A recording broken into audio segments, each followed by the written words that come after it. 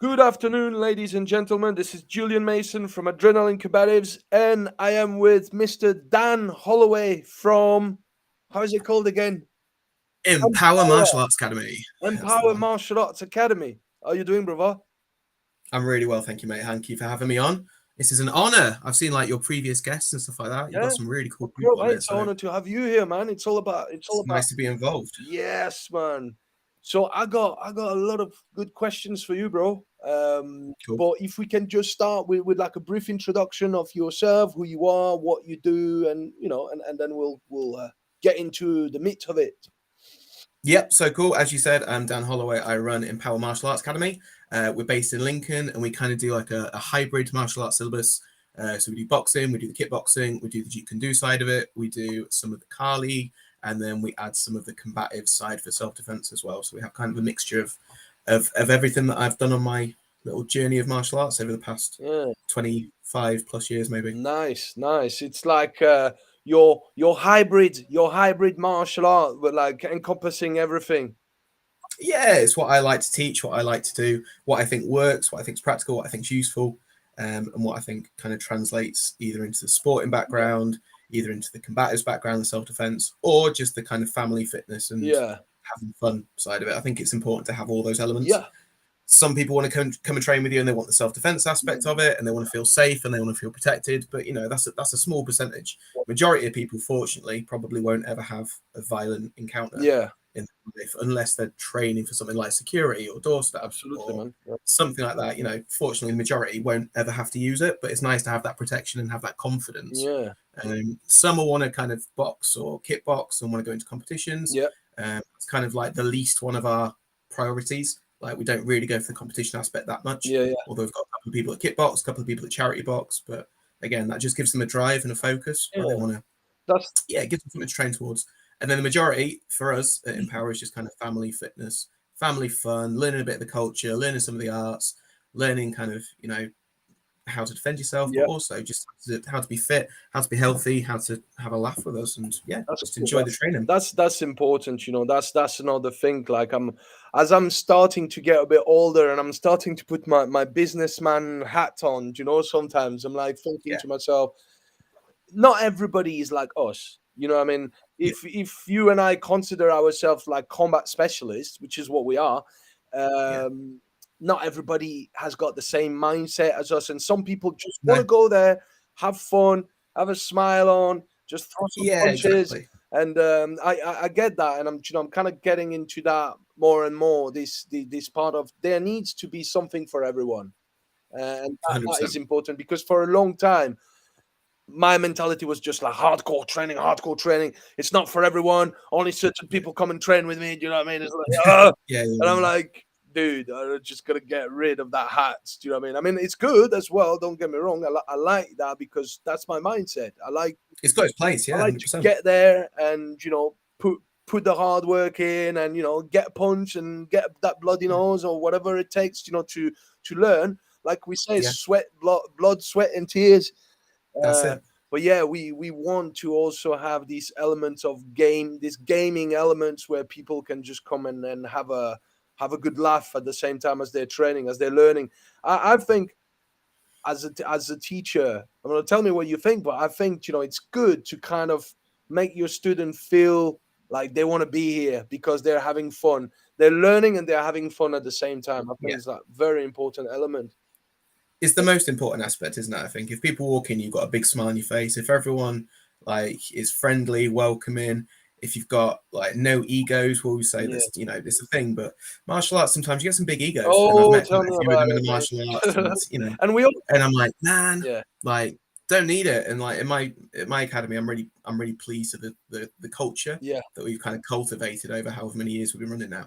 But it's really important to me that we kind of keep that culture going where everyone that trains is just nice. No one's a dickhead. Everyone's cool. yeah. Everyone just wants to get on the mats, train hard, have some fun, get a sweat on, and then maybe learn a thing or two, and then leave like being a better person, It's true. basically. Do you know what? When we speak about ego, it's like a lot of people have got difficulties even understanding what the ego is. It's like we all have it. We all have that voice inside our head that goes. "Rah, rah, rah, rah, rah, rah." Call it Yeah, yeah, the, yeah. the monkey mind. Do you know what I mean? But it's can we actually have that shit on check? You know, when you Yeah. start, I know I have, because obviously it's having it in check when you're upset, when you're feeling the Yeah. emotion of anger or things like that, Yeah. where now you need to keep that in check. But look, for example, something I catch myself doing sometimes, I catch my ego talking in my head, and I'm catching it, and I'm like, right, you're taking the piss now. Do you know what I mean? So it's like, not too long, at some point, I've seen like a very, very obese person, do you know, Mm-hmm. and a voice in my head saying like, "Fucking hell, look at that, how fat that dude is." Do you know what I mean? Oh, yeah, yeah. And then there is another voice. That voice came from my ego. There's no doubt about it. That was my ego talking.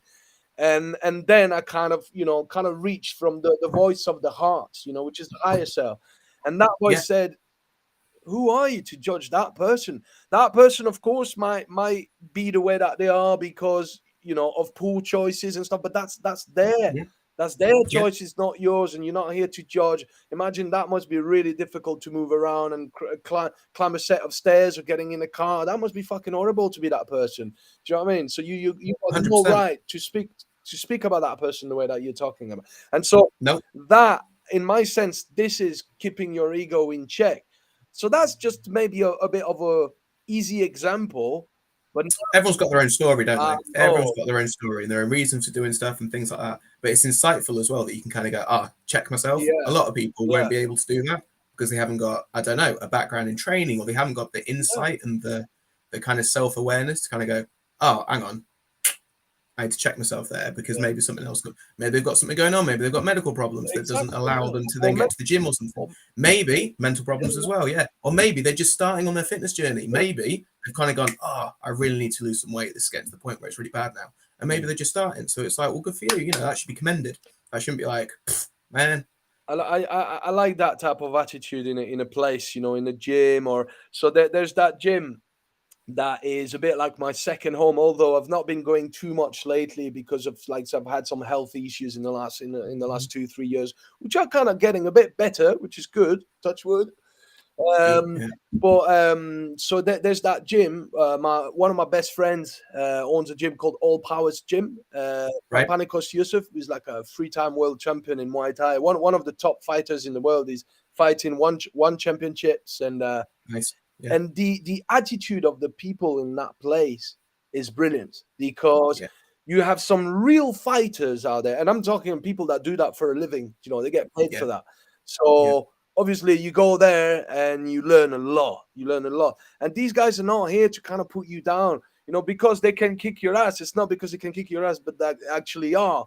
It's yeah, all a yeah, bit yeah. of there is like a game mentality in there. And when when you need some work, when something needs some work, you have actually the guys that are better that come to you and say, like, they're helping you. Yeah, yeah, yeah. They're basically pushing you up instead of kind of stepping on you. Like in some clubs, you go there, yeah, there is that hierarchy attitude in there. And when you Yeah. start going with the guys that are good, there is that ego. They start sparring hard, and and then sometimes things escalate. You know what I mean? I've seen that. Yeah, yeah, yeah. I've seen that a good few times, especially in the MMA gyms and the Thai boxing Same. gyms, Yeah, yeah, boxing gyms. yeah, It's a bit different when you look at the combat sports. Do you know, like, so the boxing, Thai boxing, and MMA, those type of gyms are very, very different from the traditional martial art type of gym, where there yeah. is more respect in those traditional. Do you know what I mean? I'm not talking about every gyms, obviously, but I think there is more respect and more tradition in the traditional, obviously, because it's traditional martial arts. When you go to some boxing, MMA, and Thai boxing, it really depends of the coach. You know? Yeah, I think to be honest, it depends on the coach of both. I Yeah, think I've been to some traditional places and they yeah. seem very respectful on like a surface level, Mm, where everyone's kind of like, okay, tradition, tradition, tradition, saying us and bowing and all the time. yeah, But there's still like a big thing of hierarchy there. yeah, And like the black belts don't want to work with the white belts, or the black belts yeah, don't want to work with the lower grades and things like that. So at that point, I'm like, what's all the respect part about then? You can bow and you can say us and you can do this, yeah. this, this, but It's you're not actually walking the talk, are you? If you're rolling your eyes every time a true. white belt kind of does something wrong. But in my experience, I haven't seen that as much in boxing gyms, Yeah, in MMA gyms, and kickboxing gyms. Because it's like, well, if all's fails, touch gloves and let's have a little yeah, bit of a spar. And then it could be light, it could be friendly, it could be fun. But in traditional dojos and like traditional martial arts, maybe you don't get that same level of pressure testing. Yes, Where that's the black for belts sure. think at that point, oh my God, I am holier than thou. Mhm. I've got my first dan, I've got my second dan, I've got my third dan. Mm. But maybe at that point, I did a martial art that was kind of non-competitive for Yeah. quite a long time and got my third degree black belt. But I was never under the impression that I'm invincible or anything like Yeah. that. But I did know people that did think as soon as they got their black belt, Yeah. well hard. And it's like, I reckon at any point, if you walked into a boxing gym with someone that's done 6 months of boxing, they pace you. Yeah. Like, so you got to have that knowledge and that awareness. So in terms of the respect thing, I think maybe it's just a different angle of doing it. Yeah. But You're right. again, it's up to the coach, up to the academy. Yeah. Some traditional martial arts places that I've been to, completely 100%. Like the black belts there are awesome and will always kind of help you take you under the wing, things like that. But then some other places, as I've said, all the instructors will sit on a table and you'll have to like try and like eat your lunch, but almost sitting down with them is like a privilege and things like that. Yeah. I'm like, Yeah. man, Yeah, we're all yeah, human. and I know that type of. I don't like that. I like Nah, when everybody's just taken care of, everybody's helping each other as one unit, and really call that yeah, unity. yeah, Unity as a club or an academy or whatever you want to call it, a school. But it's yeah. all one. Everybody's just one. That one body that just goes. That just goes. Well, it should be like, yeah, no one's better than anyone else. It just means that if I'm an instructor, I'm a little bit further along the journey than you are. That's it. That's literally, you're not Superman. You're not super talented necessarily. You Exactly. just trained a little bit harder. You just trained a little bit longer. Yeah. You know a few more things. Like I'm always one for don't go above like your station Yeah. and just kind of check yourself and be like, okay, like it's a privilege Yeah. to kind of teach people It and to be able is. to transmit what people have taught me and then I can translate it to them. And then in 10, 20, 30 years time or whatever, maybe then people can then translate what I've taught them. Yeah. And I think that's a privilege, man. So don't get above your station with people going, oh, well, I'm a 5th degree black belt and what I say goes and all that. I'm like, I don't care. Like, I don't care. Have you been, it's something I've experienced. You'll tell me if you've experienced the same. Do you remember, when you were a kid and you started the martial arts and you were so like interested, and you would go and talk to the instructor at the end, and I don't know, Yeah. but me, I was limit overzealous. Do you know what I mean? I wanted to learn. I was always hanging around the instructors and talking to them, and I would get that, certain instructors that had a lot of charisma. I still remember to this day. Yeah. They made me evolve a lot because they made me want to learn, and Yeah. eventually at some point you go full circle. You go full circle because you find yourself 20 years later teaching on a tatami, and you got these little kids coming to see you, and you see the way they look at Yes. you. They look at you with Yeah. the big eyes, like like anything you say to them is going straight in there, and you see yourself in them. Yeah. You remind yourself. You remember how you were when you were their age. 100%. So it's kind of you go Yeah. full circle. I mean, in life, Yeah. it happens. Everything's a spiral, isn't it? Spiral learning. Yeah, I agree. Yeah. That's what I'm saying. That's why it's such a privilege. Because if you go, right, I started martial arts at 6, 7, 8, whatever. And now, like, for instance, I started when I was 6, and now I'm teaching 6-year-olds. Yeah. I'm teaching 4-year-olds. And I'm like, damn, is this the way that I thought my life would go? And I'm like, yeah, kind of. Like, when I was 18, I had like a little goal, get my academy, get a full-time academy, teach martial arts full-time by the time I'm 30. Mm. And I think it was 31 or 32 when I did it. But I did it. And we can take out a year because it was pandemic year, so scratch that off. So I kind of ticked it. I was like, yeah, cool. How did you cope? How did you cope with that, man? The pandemic. The pandemic? Yeah. Oh, shit. It was awful, wasn't it? It was a bad time. Yeah. Bad time for martial arts instructors, bad time for everyone. But we adapted. Yeah. I think we adapted pretty well. We got some good positives from it. Our community got stronger. Yeah. Like we were pretty on the game and pretty on the ball with it because I think 2 days after we went in line with the schools. So if the schools shut, we closed. That was it. Yeah. So when the schools shut, we were like, any day now it's going to be like gyms, martial arts. You have to close stuff like that. Did you keep? So we moved straight across online and just made our timetable online. So exactly the same classes. Yeah. Just moved them and then did lots of filming online content. That's it. That's what I was going to say. Yeah. So we thought, maybe for a month or so, this will get people by. This will be happy days. And then kind of 3 months later, 4 months later, whatever, we were like, we're starting to run out of stuff now because there's only so much you can work your jab and your cross and your other stuff online. Like it's what we do is physical, and you need that tactility, you need that. But the good point is parents got more involved with the kids. Yeah. Brothers and sisters got more involved. We did lots of like social things like pub quizzes. I know lots of other martial arts academies did very, very similar. We did activity books for the kids, things like that. So our community got really, really strong. We all kind of supported each other throughout kind of, a bit of a tricky time for everyone, I think. Everyone's got their own story about the pandemic and stuff because it was such a weird time, wasn't it? Do you know what? I mean, for me, it was completely different. I'm not gonna lie. Like, so what? Yeah, Pandemic, basically. Well, the scamdemic, should we call it? Yeah. Uh, yeah, was for me, it did more good things for me than for the rest of the people, I guess. For me, it yeah, was just a way of, okay, we can't go out, we can't do this, we can't do that. It's cool. I'm yeah, just gonna be. I was in my room filming stuff with my Bob dummy, and that's it. I was yeah, filming tutorials after tutorials after tutorials, and that's yeah, all I was doing. And yeah, I sold quite a few actually. Do you know what I mean? It was yeah. quite cool. It worked, man. So I just used my time constructively, and That's it, isn't it? Yeah, I started to build that digital, platform with like tutorials and stuff that I'm going to continue doing. Because even as yeah, you say, the fact that what we do is a physical thing. Of course, it's better to kind of meet in person and do the thing. But the digital age is a thing now, and there's a 100%. lot of Yeah, people that want to train with you that are not in your city or not even in your country, and yeah, you need to find a way to kind of get to them as well. So yeah.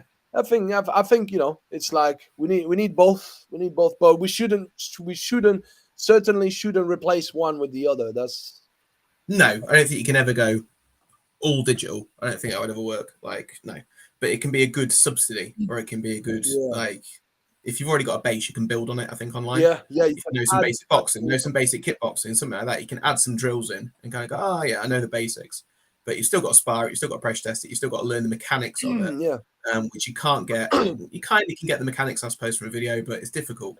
But, It depends what type of learner you are. I know for me, because I'm yeah, a visual kinesthetic learner, yeah, I can learn from just watching people, and then I try same. it, and then I got it. Some people need the person in real life. Yeah, they need that tactility and that, yeah, Yes. that one to one, or yeah, 100%. Mm, Yeah, I think you hit the nail on the head. It depends on the person, doesn't it? mm, Depends on the experience level of yourself, yeah. and I think it depends on what kind of learner you are. Mm, But I think it's good. I think people found a lot during the pandemic of things like little pet projects that they wanted to do yeah. but didn't have the time to do Mm, necessarily. And I think it gave people a focus in other directions as well. Like I wrote a book during lockdown because I was so bored. It was like, right, let's go and interview loads of cool people yeah. while they can't train. I may as well talk to them and they can gain some insights from doing that. So I was like, well, something good came out of that, I suppose. Mm, I made an online course about break falling and things like that. So okay. it's like, good things can come from it, but still, let's not do it again. Yeah, yeah. You're right. You're right. I guess some people were happy because they were getting to spend more time with their family as well. So Yeah, 100%. People get into the rat race, don't they? Of like 9 to 5, and then if you go to the gym or like you go training or something like that, like your day suddenly whittles away, doesn't it? With like I general chores and stuff like yeah. that, and you go, a lot of spending time with your kids and spending time with your family and just taking time to breathe again. Yeah. And it's like just Do, it's good. do Yeah. you know a very interesting thing is that when things calmed down and people were not going to work and everything was quiet, and it Mhm. felt like no planes in the sky, no cars Yeah. going, Eerie. Yeah. and it felt like the earth was growing again. Mm. It felt like the earth was blooming and growing again. Like it was a weird feeling. But I'm a very spiritual guy, so I am in touch with Mother Earth. I've always had that connection. Do you know what I mean? Yeah. And I really felt like she was growing again. Like, Yeah. and that's where I came to the conclusion that the earth can survive without us. In fact, without us, Well, it human has. beings. Yeah. I think we've probably done more damage in the small time that we've Exactly, been here exactly. comparatively to, I anything think we've the put earth back would into be it. great. Everything would start to grow again, like without us. You know what I Yeah. mean? Yeah. But yeah, It'd be awesome. it's mad. Yeah, it would for sure. Yeah. Sometimes I feel like I just want to be just be abducted by aliens and put onto a new Earth, a new planet, and just kind Yeah. of live off the land. Like the way that we were meant to, man. Start again. Yeah, Yeah. with the massive fruits, like back at the time of the dinosaurs. Everything was massive. Like an apple was Mhm. probably like fucking the size of a human. Get you one of your 5 a day. Yeah, Yeah. man. Yeah, you get your 5 a day. Yeah. Go on. So tell you what, you mentioned that you wrote a book, man. So do you want to tell Yeah. us a little bit about that? I know. Yeah, so it's called. Sorry. You got 2 volumes. Yeah, so Martial Masters. So the first volume I did with Lucci, Yeah, who now runs the Kaizen. he's brilliant. I love And some Lucci, things man. like that. Great guy. Yeah. Yeah, so I started like a blog, podcasty kind of thing back in 2012, 2013, maybe, something like that. Yeah. And then that led to me and Lucci kind of meeting. And then we were like, oh, why don't we write a book? We'll go around, we'll interview cool people. We did. And then we published it out or got it self-published. Did pretty well within the martial arts world. It was pretty good. Got some good names in there like Bob Breen, Andy Norman, Phil Norman, people like that. Nice. Some cool names. So some good stories and yeah, it was decent. And then during lockdown, I was like, let's do some interviews and let's get volume 2 on the go. So again, got some good names like Victor Estimar, Eric Paulson, Oh. Rosie Sexton, Rick Fay. Mhm. Yeah, some kind of cool JKD, MMA, Brazilian Jiu-Jitsu, kind of that. Yeah, we focus more, or I focus more on the combat sports. Yeah. I think at that point. Than the first one, but yeah, it was cool. I really enjoyed it. So yeah, they're both available on Amazon still. I've not really pushed it that much, Nice. which is. But you can, my you can if you want to give us the titles, man. You be my guest, man. Push it on. Yeah, so it's just Martial Masters Volume 1 and Volume 2. Yeah. So yeah, they're both available on Amazon if you want to grab a copy. And like I said, they're got some good people in. Yeah, it's good. Some good stories. Did you end up like interviewing people then? Yeah. Yeah, so it was just like this over Zoom. So especially for the second one. So for the first one, I went to people usually because it was all UK based. So we went and saw Russ Jarmusty. Russ Jarmusty's in there. I know you had him on the other week, didn't you? Good lad. He's a good lad, Russ. I like him. Yeah, he's cool. So me and Lucci went to his academy, drank some beers, helped paint his dojo, and then we had a little chat for the book. So people like him were in the first one, and then obviously because it was lockdown for the second one, it was all done over Zoom. Yeah. But that also and that was cool because I could go international and get people like Eric Paulson. So I was like, that's decent. People like Rick Fay and can chat. And Eric cool. Eric Paulson, is it a grappling? Is it mainly a grappling guy? Yeah.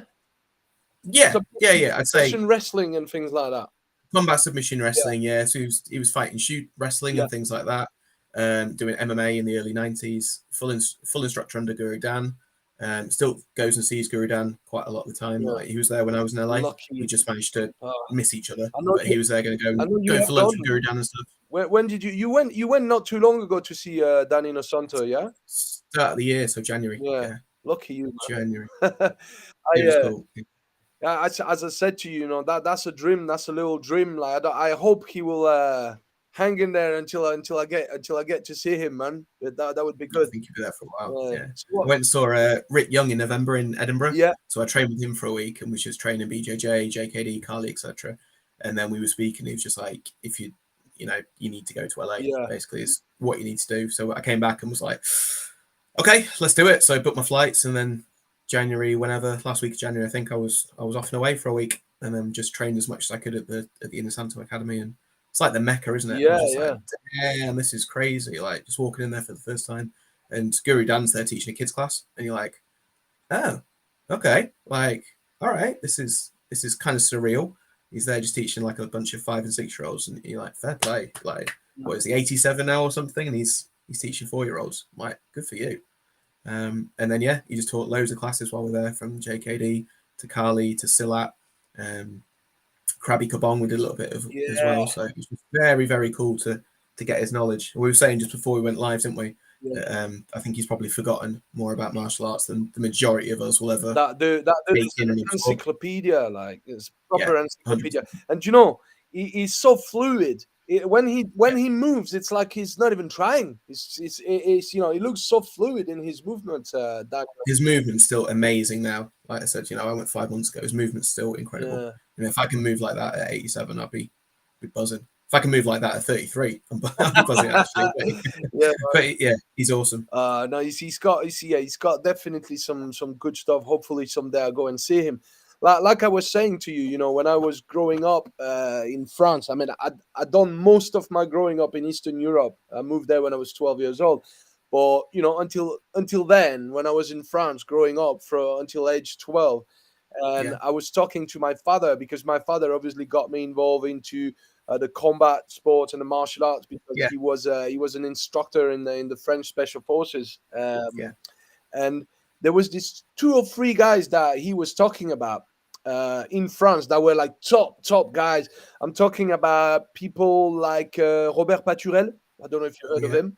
Yeah, I've heard. Yeah, yeah. The guy that basically came up with box de rue, like Yeah. street boxing. The guy Yeah. is a former French savate champion, and Hmm. he's a negotiator in the raid, the French police special forces. So he's Cool. like a proper guy, and Not bad. Yeah. he's been to LA as well to train with Guru Dan. So Yeah. and so there is him, and then there are a few other people, and that's what you realize, that all the top guys, they all been training with Dan, isn't it? Yeah, there's a common denominator, isn't Yeah, there? And it's like, yeah, you've went and trained with Guru Dan. It's like, even now, you go, okay, let's look at probably the best martial artists in the world right now. yeah. For me, number one is probably Rick Young. Rick Young. I'd say it's the most well-rounded, Okay. kind of, Masters world champion in BJJ, full instructor under Guru Dan. Like, probably one of the top guys, I would I imagine. need to go and see him. Yeah. 100%. Yeah, 100% made that a priority. Eric Paulson, Yeah. same thing. Look at Paul Vunak. Oh yeah, Back when he was doing his stuff, it's like, damn, Yeah. again, same thing. Rick Fay, every kind of big name you think of in martial arts, you've got some kind of lineage towards Guru Dan, and they've gone Guru Dan, like, respect. So it's 100%, it's there and it's real and it's top notch. Yeah, it's kind of vast as well. The curriculum in the JKD concepts, like Dan's JKD, it's a very vast curriculum. I mean, you need to know pretty much everything. You need to be good at grappling, So well striking, rounded. like wrestling, takedowns, weapons, pretty much everything. Trapping. Yeah, which is the way it should be, I think. You need to know it all. What I try and emphasize in my academy a lot of the time is like working in different ranges and knowing whereabouts you are in relation to that range. Yeah. So am I a kicking range? Yeah. Am I a punching range? Mhm. Where am I next? Okay, I'm in trapping. I'm in clinch. I'm in elbows. I'm in headbutt range. But now I'm in grappling range. Now I'm on the ground. Okay. So knowing where you are within that range and being able to be fluid and move between those ranges and go, oh, cool, let's go for a takedown. I need to sprawl. Then I need to move around to the back. I need to get this. I need to work from kicking range. I need to crash and enter. Yeah. So I need to, bridge the gap and not be in no man's land. I need to go forward, crash. If you're looking at combatives and things like that, that's the whole thing, innit? Crash, enter, be offensive to be defensive, and then get the clinch, get the elbows, get the headbutts, leave, see ya. Yeah. Just call it like the 3 C's. Cover, crash, and counter, which is like a main one of the main principle in combatives. Kind of protect the nugget. Yeah, protect the computer. That's it, man. So, what did you go and train with then? What did you work with Dan when you went to see him then? So lots of JKD, lots of Kali, which was Kali and the JKD is my kind of focus now. Yeah. In terms of my own development, because I'm still quite young in terms of that. I've only been doing it for kind of 4 or 5 years, maybe. Okay. And knowing that, but obviously I've known about it before that and dabbled in little things. Yeah. It's only been my main focus probably the past 4 or 5 years. So that's what I really wanted to kind of go and learn as much as I could from. But it's just crazy, man. Like, just trying to pick up, like, Guru Dan teaches very quickly, and he adds, and then he'll interject stories and he'll tell things, and it's all really, really interesting. It's like part class and part seminar and then part lecture and part historical background about the Philippines and stuff like that, and like how the development of Kali, Arnis, Eskrima things all came about. So, and then you kind of do your technique. You're like, oh, what was it again? Or like, what was that strip? What was that disarm? How'd you? It's gone. So then you have to kind of remind yourself. But he's got such a good team of instructors there as well that come in and just kind of train. So there's always someone there to kind of go, I don't want to feel like an idiot, but I've got no idea what I'm doing right now. So there's always someone to point the way. But yeah, it's just there's so much knowledge in that academy, and it's just such a high standard of martial arts. Is that guy the Japanese guy Yori Nakamura? Is he still there? I don't know. I didn't see him when I was there. I know that obviously he trained a lot with the shoot wrestling and things like that. And one of the main proponents of shoot wrestling. So no, he wasn't there when I was there. Okay. But yeah, I presume he's still knocking around. I know Jeff Amada goes quite a lot to go and see Guru Dan. So lots of faces that just regularly pop in. You're like, oh, okay, yeah. That's cool, man. I hope one day I get to go there. Hopefully. Just prioritize it. I think you just got to go, right, I'm doing it. Let's go. Let's book a flight and let's crack on. Like, yeah, it's good. So, you spoke earlier, you mentioned something that's been mentioned to me quite a few times in the last couple of weeks since the last video I posted where I was with my friend, and we thought, let's just take the Muay Thai stance because it's a solid stance where you can absorb shocks really easy. And he was like, why don't we do weapons? And I'm like, okay, so what do you want to do? So like some stick? Okay, some stick. Yeah, but I want to do some tonfa as well. So we just thought, okay, well, I have a tonfa in the left hand and a stick. Yeah, I saw that. Yeah, it's cool. Yeah. And so we did, like, we created a little flow drill just with the different angles. And to me, it's like, okay, so we got the Muay Thai influence with the stance, then we got a bit of Kali in terms of the angles and stuff. And then we got the Tonfa, which is more the Kobudo, Japanese Kobudo styles. And so that's what we came up with, and we'll do some more next time. But when I posted that into groups, a lot of people said to me, oh, you're doing Krabi Krabong, that's what you're doing. And I'm like, well, I mean, I've obviously heard of Krabi Krabong, but I've never really gone and have a look at it. I will do now. But apparently it looks quite similar to what we did, but we weren't trying to do Krabi Krabong. Yeah, it's interesting. Yeah, it did. Yeah, it did look it, to be fair. Like, it's cool. Like I said, I only did a couple of lessons of it at the Inner Santo Academy. And I was a little bit like, don't really know much about it. It's not really within my realm of knowledge particularly, or I haven't been exposed to it that much. But I really liked it. It was cool. This is good. Lots of like hitting and then ranging, and then you're adding kicks on at the end. Going for a head strike and then going for a front teep. And I thought that this is decent, man. We'll explore some more of that with my mate Adam comes on the Fridays. Well, not this Friday because are you at the Festival of Martial Art this weekend? I'm not. So we've got a guy fighting on Saturday. Oh, right. So I'm going to be there to support him. So yeah, I'm a bit gutted about that. But well. Next year I'll be there. What I was going to say something. I can't remember. It's gone out of my head. It's gone out of my head. It's all right, man. So I tell you what. Let's go into. You said to me that one of your first martial art influence was Aikido, and you know what? The funny thing is that it was the first martial art influence of my father as well. Oh, really? Yeah. And then eventually, obviously, he moved on to the police tactics and things like that. But when you look at Aikido, well, there is a person that comes in mind, isn't it? Mr. Steven Seagal. A lot.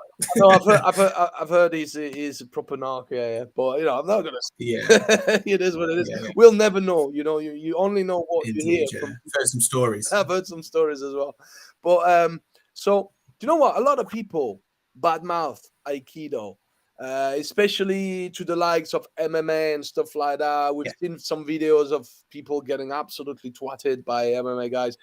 I think, like you, I'm pretty sure you're going to say something very similar. I think that every martial art has got a place in certain contexts, certain environments, certain situations.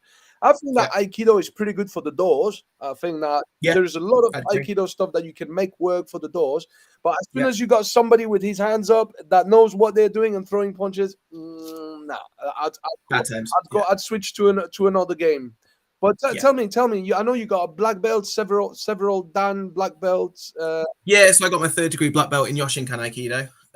Yoshinkan is kind of seen as the more practical side of Aikido, so it's less like circular and flowery and less. It's a bit more direct and a bit more like the Aiki Jiu-Jitsu kind of mold. So it's kind of developed that way.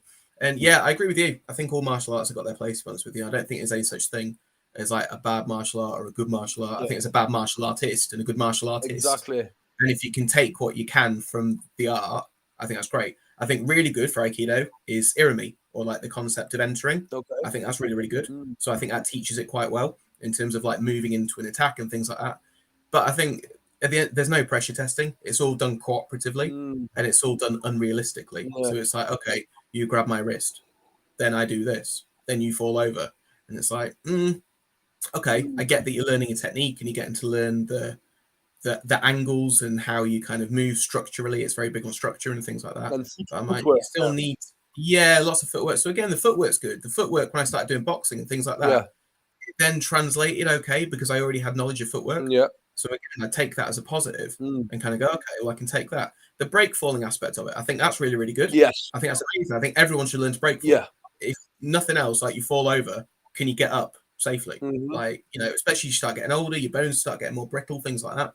can you take a fall Yeah. and be able to kind of roll out of it or break the fall or do something to limit your chance of injury? So I think for something like that, Yeah. top notch.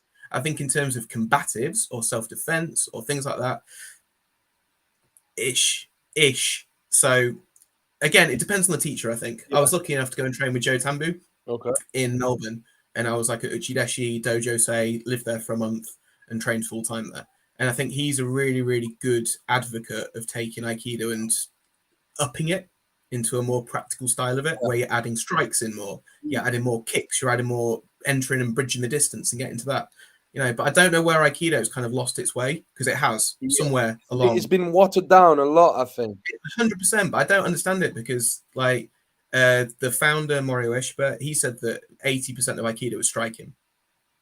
But how many Aikido dojos practice 80% striking? Well, I mean, none that I know of. It's not that I've seen. I mean, don't get me wrong. I've seen a bit of striking in high level. I mean, that's when you get like to a black belt, like some high level Aikido.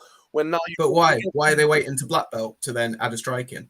Exactly. That's a bit weird. Like, why are you teaching a wrist lock before you're teaching a strike? Yeah. Which is easier under stress, under combat. We both know what happens when you're under stress and physiological responses, and you start going tunnel vision, you start gross motor skills. Yep.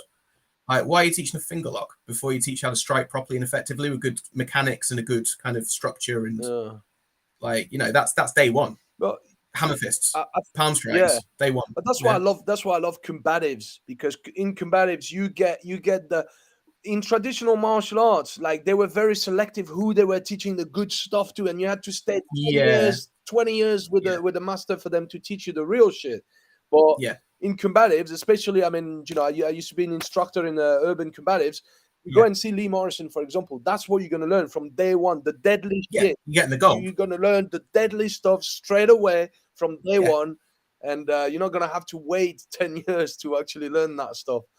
Yeah, who's got time for that? You don't want to do that. It's like, you want to learn something that's effective now. And I said, I did it for a long time. Honestly, I'm not sure why I did it for such a long time. I think I just got into a routine of kind of training, then start coaching, then start running your own classes, things like that. I think I just did it. I'm sure. And then eventually I think I was like, nah, enough now. And then I started training boxing more. I started training MMA, started doing a little bit of Brazilian Jiu-Jitsu and a little bit of intro to groundwork. Wow. This was kind of 2009, 2010 maybe, so a while back. I was just thinking, I think this is more the route I want to take now, to be honest with you. Like, with the syllabus and things like that with Aikido, it's like you did the same techniques: first degree black belt, second degree black belt, third degree black belt, fourth, and then fifth onwards you don't get tested anymore. It's just like done on time served, or giving back to the art, I suppose. But from first dan up to fourth dan, you're doing the same techniques, you've just got to do them better. And I'm like, that's a subjective thing, unless you're pressure testing it still. And there is no real pressure testing, in my opinion, in Aikido. So I'm like, well, then it is just subjective. And it's like, oh, well, you've done 2 years, you're probably due now. Unless you really, really fuck up and do something completely wrong, then you're going to pass your grade. Simple as. Because the techniques, you've been doing them for the past 2 years. There's no element of surprise particularly. And I was like, oh man, you just need to put it into a live environment. And I think that's where Aikido goes wrong, because it attracts a certain person that doesn't necessarily want to get in the ring and get punched and get hit and things like that. And I think that's all right. I think that's fine. I think you can see it as a lifestyle martial art. I think you can see it as a philosophical martial art. Absolutely. In terms of like peace, love, bringing the world together, all that. I'm all for that. Peace and love, man. Like, cool. But also don't then go, one love, man. But also don't say that it's self-defense. Yeah, for sure. Like, it's two different things, because you're going to give people a false sense of confidence, and they're going to get to black belt and they've never been punched in the face, or they're going to get to black belt, second degree, third degree, fourth degree black belt, and they've never felt that kind of fuck, where you get that adrenaline surge and you get that shock, that fight, that flight, that freeze, that kind of I've just been hit, what do I do? Do I go, I'm coming forward, or do I go, don't like it, and backing off? If you never felt that and you're a fourth degree black belt, something's going majorly wrong. For sure. Right.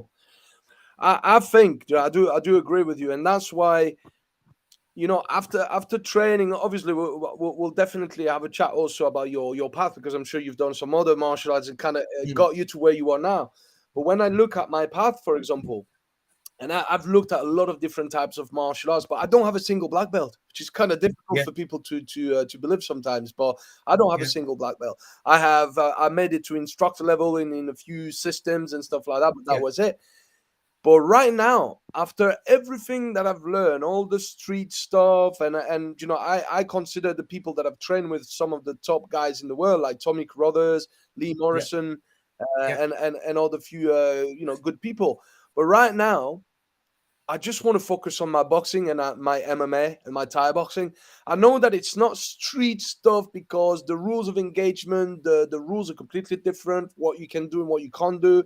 The sports mentality is different from the street mentality. But if you want to Yeah. learn, It's interchangeable though. A punch is a exactly, punch at the end, isn't it? A exactly, kick's a kick, a punch is a punch. that is it. If you can go Yeah, and switch and go, okay, well, I know. And most people aren't stupid. If they train, they can still train. of course. And I'd say that majority of people that train are going to be fitter Yeah, and healthier and more conditioned absolutely. than people that haven't trained. So like the whole MMA it's a sport or kickboxing's a sport or whatever, it's not for street. I don't really go with that because I I'm don't like, need dude, at least they're sparring, they're fighting. Like, exactly. I'll be honest with you. I think MMA is the closest stuff that you will get from an actual fight. And yeah, I think that most of the combatives, Krav Maga people out there, they would get in a lot of trouble if they stood in the ring 100%. with just a not even a professional, just a seasoned guy that had a good 20, 30 inter clubs. Yeah, Will give them a really, really difficult time, and that's why I'm focused. That's why I'm focusing on that right now.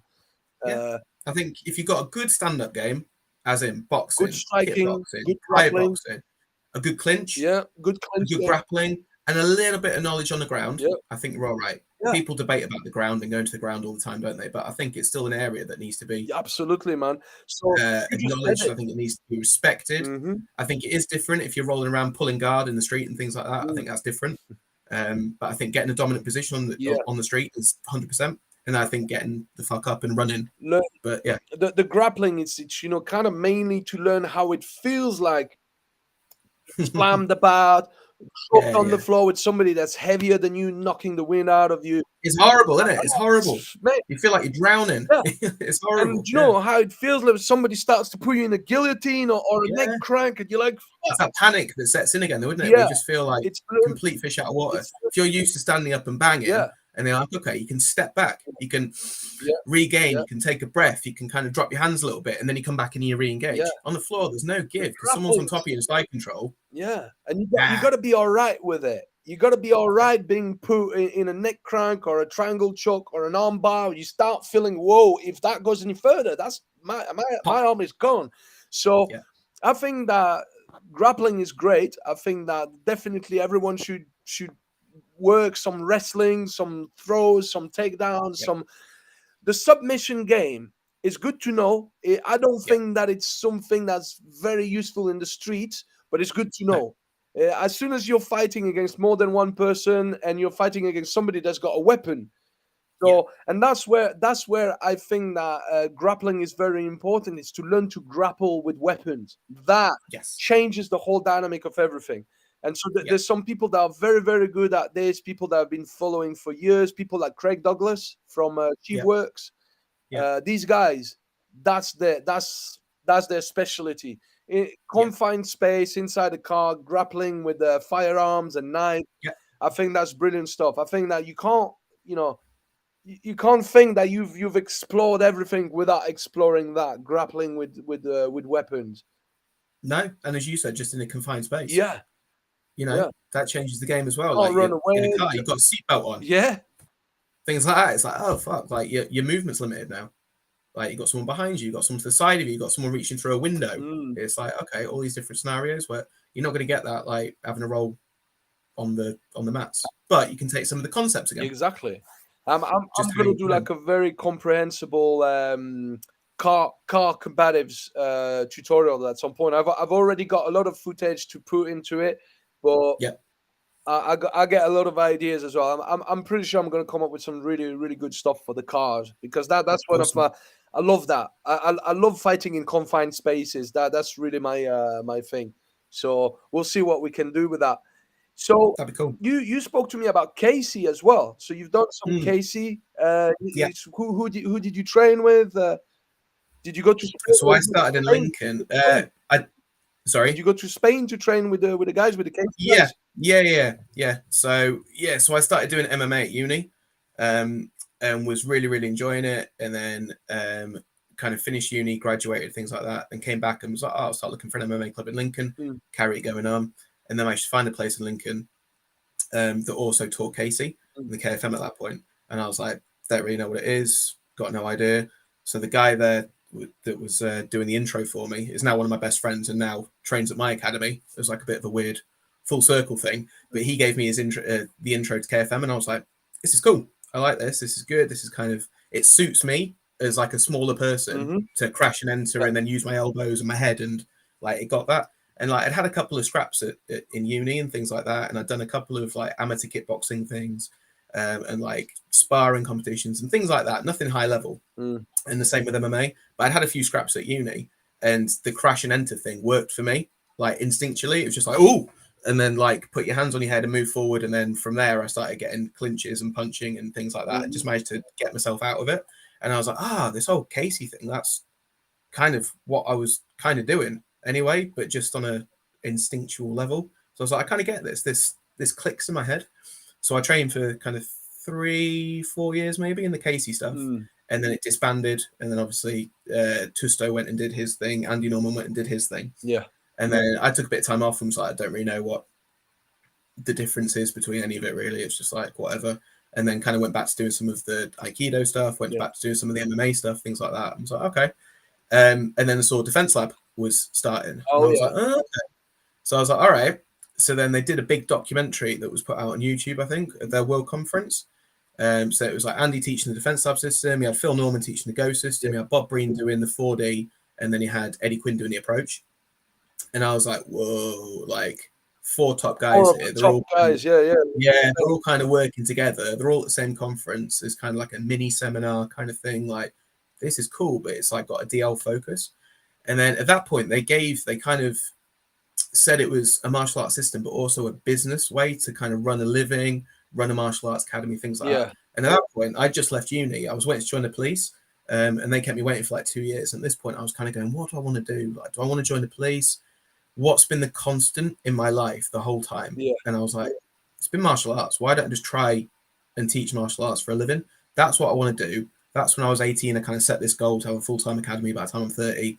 Like, it's in my yearbook or whatever. Where will you be at 30? I'm like, okay, running a full-time martial arts academy. I was like, right, this kind of offers a way to maybe do that with a bit of business knowledge, because I had nothing. I had no idea what a lead was, how to run a Facebook ad, how to get anyone, how to teach a class particularly. All I taught was like, I taught a bit of Aikido before, running it at like someone else's academy. And then I'd gone around doing a couple of seminars, just doing like some basic boxing stuff at that point, and was like, that was it. So I had no real idea of how to structure a long-term class, how to structure a syllabus, how to do any of that. So I was like, this maybe gives me a way to kind of do it on my own, but have a bit of backing. Which is kind of the franchise gold standard, isn't it? I suppose it's why people join them. I think they want to go out on their own, but they don't necessarily they need a bit of hand holding. Which is definitely what I needed. And then I thought with the Casey, I kind of like it. It's the same guy, Andy Norman. I've got a lot of time for him, got a lot of respect for him. I like the crash and enter process. I like the elbows. I like the headbutts. I like the hammer fists and things like that. I think it's cool. So then I started on my journey with DL Lincoln, and then set that up in 2015. So then spent a lot of time with Andy at that point, going over to Spain. They come over here quite a lot, all the top guys. I went and trained in Hull quite a lot with Paul Strowther, who was one of his top guys. And then so then ran my academy up until 2020. It's interesting, you know. Andy Norman, he sends me a text message on WhatsApp every now and then. It's quite an encouraging guy. Do you know what I mean? It's kind of makes you want to reach your goals, man. He'd send me some pretty nice messages. In fact, send me a really cool message at some point when I was feeling a bit down, and that really made my day. Do you know what I mean? Yeah, it's nice. He's a good guy. Like, and they're nice. And like I said, the community at Defense Lab was really cool. Like, everyone had the same mentality. Again, there was no egos. There was people from different systems of black belt there and things like that. We had BJJ black belts, we had karate black belts, we had this black belt, but they're all kind of training, and it was like, this is cool, man. This is a good environment. Is there any grappling in DL? Yeah, so we did quite a lot on the ground, like into the guard and things like that, and then positioning, lots of stuff from side control. If I start employing the elbows and the head and things like that in inside control as well. So yeah, there's grappling in there. It's just, I don't know, I'd say it's more grappling for street, grappling to end it rather than grappling to submit. But yeah, it has some cool grappling stuff in it, definitely. You know, another guy that you mentioned, Phil Norman, that I will hopefully at some point I will manage to get him on the show as well. He said yes a good few times, but every time he's kind of trying to set a date. I think he's a very busy man. He's a very busy man. Yeah, I love the ghost stuff. I've been watching. In fact, more recently after, because we did our instructor grading under Lee Morrison together at his place. At their place, yeah, tier one martial arts, yeah. And I started to look into his stuff, the ghosting. I think, because I love boxing. I absolutely love boxing. I've been boxing for years, and it's something that I'm like, every time I see somebody's got a different take on it, I'm like, let's go and have a look. Interesting. Yeah. And so the thing that I've seen Jake, Jake, his main guy, who's really good, who's winning fights now all the time. Yeah. It's the footwork behind the ghost. Behind the ghosting is the ghost footwork, and the fact that you don't. I've been taught, launch your whole body weight in the direction where you strike to have full body weight, and that's something I'm really good at. Do you know what I mean? But looking at somebody who can actually throw shots and moving in the other direction, at first it was a bit counterintuitive. I was like, that looks a bit weird. Moving that way, punching that way. Yeah. But when I've seen Jake making it work, I was like, there is that guy can bang. It's like there's something there. There's definitely something there. In fact, I'm considering maybe getting a few of his tutorials. He's got 100%. I would. Tutorials online. Yeah, we've got Jake coming to our academy next year. Okay. Which is good. Coming to a little guest seminar, because we like to get guests in all the time. I do. I'm going to start doing the same as well. I got Peter Sciarra coming this year, and I'm cool. Look, I'm proud to be the first guy in the UK actually that I thought he's been in the UK before, but he's never been in the UK before. So awesome. I'll be the first guy to bring him in. So I'll do the same as well. I'll bring people around as well. I think it's important, and again, I think it shows to your students that you keep willing to be learning new stuff and things like that. And our symbols, the infinity logo, and it's just constantly learning. You don't stop; it goes around. You get your black belt, then you're reaching something else. Then it just keeps going. You don't stop. Do you know? So that's really important for me. As they say, sometime a teacher, always a student. Yeah, exactly, 100%. Yeah, 100%. So we've got Matt Chapman coming in a couple of weeks. Oh yeah. So, do you know I'm going to do his course next month. Nice. Yeah, cool. So we're affiliated. Yeah, because I think I could greatly benefit from his knowledge. The guy's been doing it. Obviously, he's been doing 1 million now. I think it's just head to the 1 million bar selling tutorials. He knows his shit. So that's pretty good. So I'll definitely going to the one at Waltham Abbey in Essex. Yeah. I'll be there. 14th. I'll see you there. Are you there as well? Yeah. Yeah. See you there, brother. See you there, 14th and 15th of July. Yeah, it's going to be good. Yeah, I'll be there. So we've got him, and then we've got Bob Breen again in November. Yeah. So we're affiliated under Bob as well with the 4D. So he's going to come and see us. He came last year, and it was sellout seminar. Yeah. Everyone really enjoyed it. He did 4 hours of pure gold for us, just working jab, working into clinch, working into takedown. It was beautiful. So I was let's book you in again. Same again next year. Let's go. Bob Breen is another of these very, very fluid guy that moves very, very fluidly. I started to watch, as I said to you, when I started to get into Bruce Lee's martial art and Jeet Kune Do, and that's when I was maybe 10 years old, 11 years old, when YouTube started exploding. Yeah. And that's when I was looking at everything I could find on JKD. I was looking for it, and I most definitely found videos of Bob Breen doing his stuff. And I thought he's the Godfather, isn't he? Godfather JKD in Europe. In Europe, yeah. He broke Guru down over in the 70s, 80s, something like that. Yeah. So that's brilliant. I really enjoyed the interview. I've interviewed him. When was it? I watched that. A month ago. It was really good. Yeah, I've learned quite a lot of stuff. Yeah, got a lot of time for Guru Bob. He's a gentleman as well, and you can tell. He is. He's a top guy. Yeah. a lot of time. But they all are, you know. Same with Phil. Yeah. I've got a lot of time for Phil. We got on really well. Phil Norman. And Yeah, I need yeah, to get involved. I need to get involved with a Phil lot a of bit time for more. Phil. Yeah, Like, yeah. but again, I was all introduced to these guys all through Defense Lab. Okay, yeah, And yeah. like, yeah, it was all through Andy and like the tri branding and things like that. And I Mm, was like, you know, if nothing else, you know, we left, or I left Defense Lab, but if nothing else, I'm like, thank you, cheers, Andy, for introducing me to these amazing people.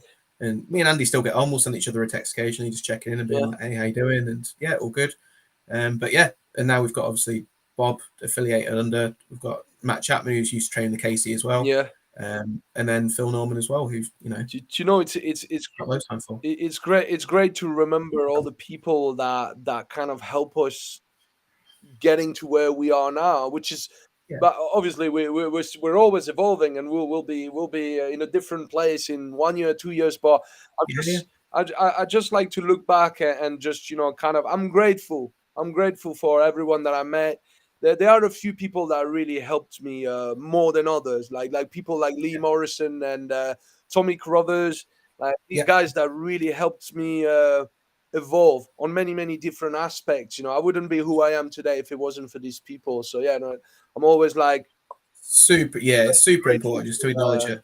I think where people go wrong is though where they don't acknowledge what they've done or what their past yeah. and their past experience stuff, and then go, oh, they think they've reinvented the wheel or something. It's No, like at the end of the day, there's nothing new you can't in martial reinvent arts. it. There's just You mu- a different concept. do- Like the ghost stuff, yeah, it came from Carly. yeah, Like Phil acknowledges that the footwork and stuff is Carly based. yeah. Like there's nothing new. It's just Phil's obviously like an innovator, Mm, and he's gone right. Let's take this and put it into a combat sport mm, background, and he's done amazing at doing that. It's the same thing, but he'll always say, you know, it's not new. yeah. It's the Carly footwork. It's the Carly kind of mentality, and that's from Guru Dan. So it comes back to that again. Do you know the funny thing is that I'm pretty sure you have experienced that as well. Sometimes it's like what I was saying to you with last weekend when we were doing the weaponry stuff with my mate. Yeah, Sometimes you really make your brains work with what you yeah, know. You're taking yeah, A, B, X, Y, and you put it together, and you end up with a mishmash of something, yeah. And yeah, then you think that you created that, but then you're going to have a look, or somebody tells you, nah, that's not for that. That guy is doing exactly the same as you, and you go and have yeah, a look. exactly. Oh Yeah, yeah, shit! Back in the 70s, yeah, that dude was doing. yeah, yeah, yeah. But it doesn't mean that you've not created it, because No, you still 100%. created You it, still thought of it. Yeah, but yeah. you didn't reinvent it. Like, No, yeah. it's out there. People have thought of it before you, and yeah, It's like Bruce Lee said, we got two arms and two legs. So eventually, at some point, you will go full circle about yeah. There's only so many the full variabilities, isn't range of there? Two motion. arms, two legs, and a head. Yeah, That's it. That's striking wise and elbows. But yeah, you know, that's your arms, isn't it? So there's only so many variables that you're gonna that's it. encounter at that point. You're gonna run out At because some point, you go we're full all humans. circle. The range of motion. Do you know? Yeah, 100%. Yeah. Yeah. So there's another guy that you spoke to me about as well, that you've trained with. A guy that I've not met, that I'd love to meet as well, is Rick Young. Yes. Yeah, yeah. So I haven't spent as much time with Rick Young as I'd like to, and he's on my list to keep going and visiting again and again and again. But I went to the JKD tribe a couple of years ago Mm, with some of my students, and there was Bob Breen was there, Rick Young was there, and I think Terry Barnett was there as well. mm, Another really good JKD guy. All organised by Bob. But then I'd obviously heard of Rick Young at this point and was like, I know he's top level and probably one of Dan's top instructors yeah. in terms of like his, you know. I don't know. He's been there. He's tried it. He's tested it. He's third degree black belt in BJJ and Mauricio Gomez. Like legit, like properly legit martial Mm, artist. And then he taught a couple of seminars at this place, and I was like, whoa! And I was just completely blown away. I think he taught a bit on trapping, and then he taught some like grappling things, like street grappling bits. mm, And I was like, man, this is kind of where I want my journey to go a little bit more. yeah. Like I love BJJ, and I was training at BJJ for about a year and a half or so in Lincoln, at Lincoln Grappling Coalition under Andy Parr, who's awesome. But I've got so many knee injuries from like Wow. operations and things like that. And I'm like, I know sensibly and checking my own ego now, I'm like, I need to be really careful about this. And like, because if it blows again or it pops again, that's me out of training for 3, 4, 5 months or something. I'm like, Mm, what happens to my academy? So, but I'd love to at some point get back into BJJ. yeah. But obviously, Rick Young's amazing at that. and the combat submission wrestling and things like that. So at that point, I was like, I need to come and train with you. And he was like, yeah, you're welcome anytime. Just drop me a message, make sure that I'm around, and I'm not, usually he is going to be around. He takes pretty much every session at his academy. Mm-hmm. So yeah, I went to stay with Guru Rick for a week doing Kali, JKD, combat submission wrestling, and the BJJ as well. Managed to get a couple of private lessons with him as well, which was amazing. And then yeah, was just blown away. Just as about, obviously his martial arts skill is on another level, Yeah. but I think him as a person is really, really incredible as well. He's really humble. Yeah. He's really down to earth. He's completely opposite of what I was saying at the start of when we started chatting, of like the 50-degree black belts that are all sat on a table like don't come and sit with me, lowly white belt. Come and worship me or whatever, because I know, and I think most people know Rick Young probably paced most people. Yeah. Like, how good do you have to be able to beat Rick Young? It's like, damn. And he just hasn't got that about him. He's not that way at all in terms of his persona or his personality. He's just a genuinely humble, nice, friendly guy. And the best guys always are. Yeah. It's like, True. always be afraid of the quietest one in the room. Mm. It's not the one that's loud and is, being obnoxious and things like that. It's the quiet one that just kind of keeps themselves really polite to everyone. And the same. And I've got to say, the JKD guys that I've met and the top JKD instructors and the top kind of combat sport instructors, MMA instructors, they're all the same. Like, they're all really humble. They're all really down to earth. And that's why over and over, I'll go and teach, or I'll go and learn from them, and I'll ask them to come and teach at my place. So, because they're just the good people. Yeah. They're good people. Yeah. That's one thing, we were saying, like when you box, when you're in that straight away, it's like boxing is like the pressure test. That's, you start sparring, that's it. From day one, if your guard drops, it's a temple height. If it drops, you get cracked. And after, it's just kind of a character X-ray where you start asking yourself, why? Is it for me or is it not for me? But if it's for you, you constantly get humbled by people.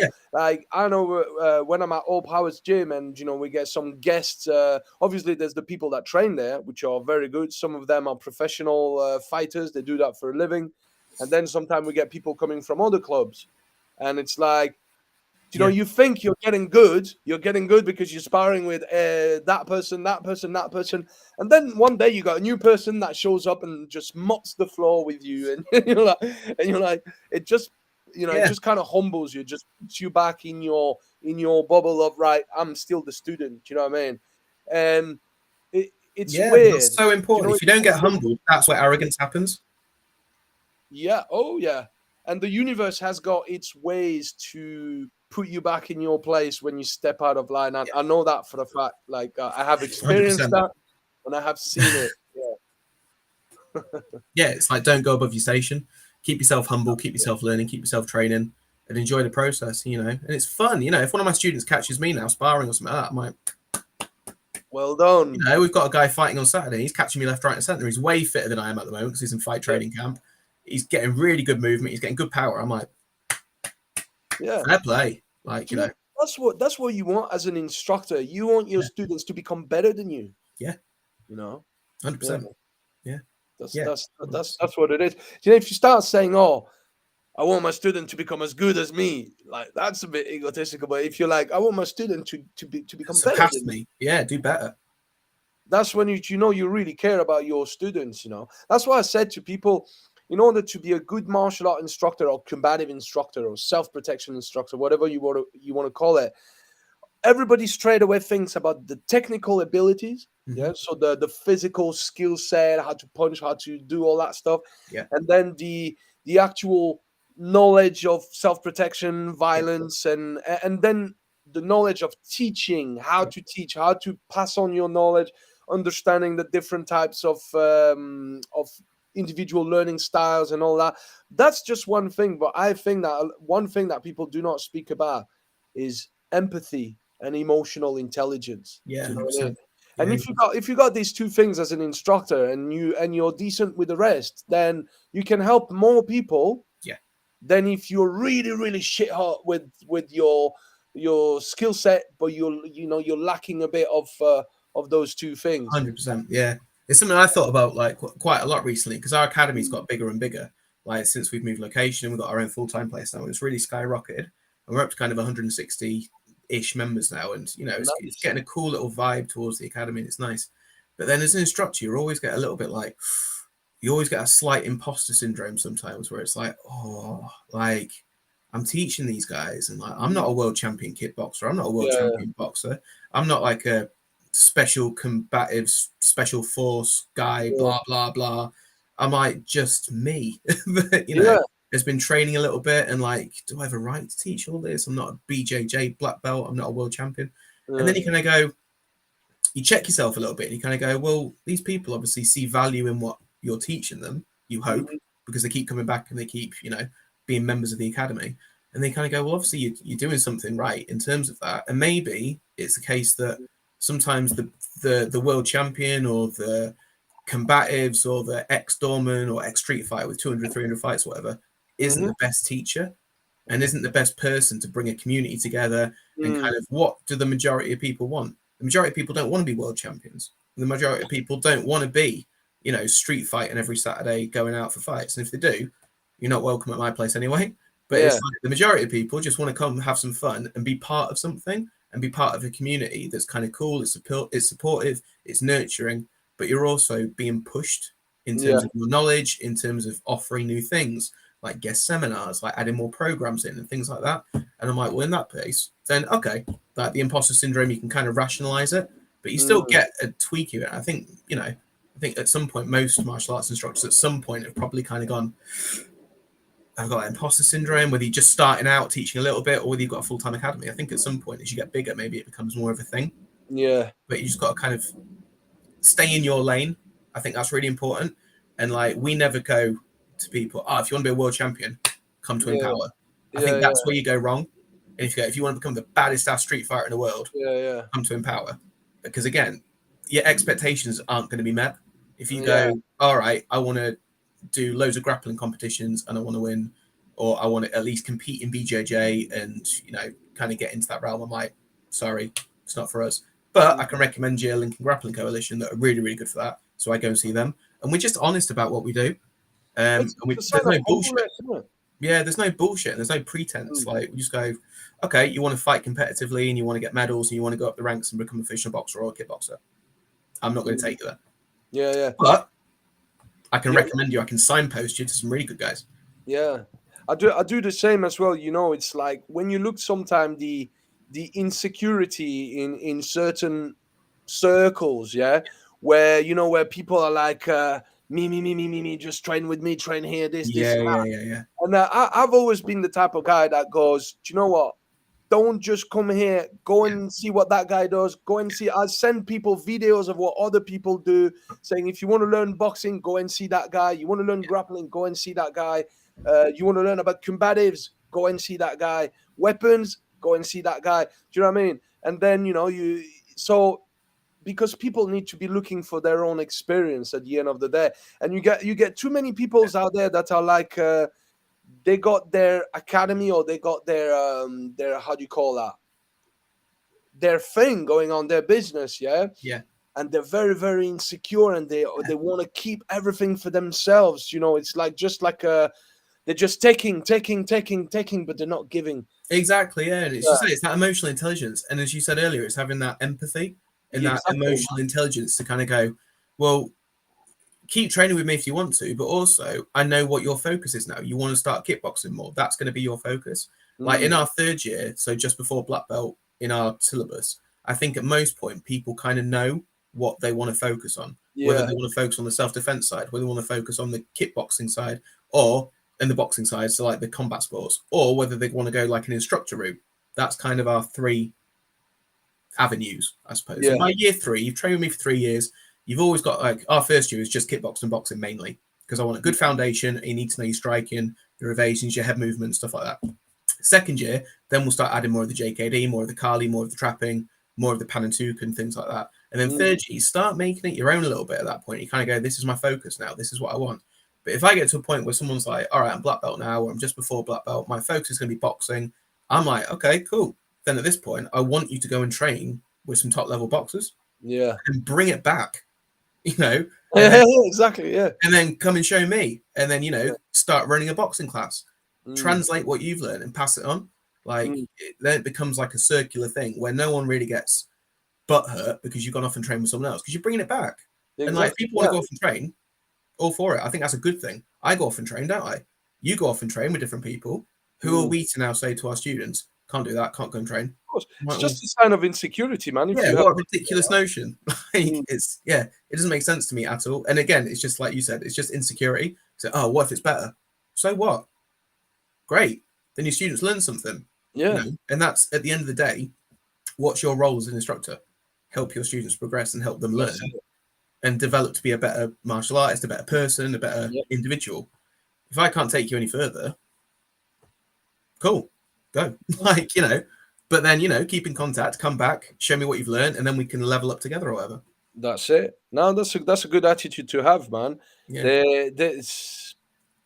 It's good to keep that circle open so that now you can learn more, and it just shows what type of instructor you are, man, because it means that you're always on the look to learn new stuff. Yeah, 100%. That's the same thing. Do you know when you get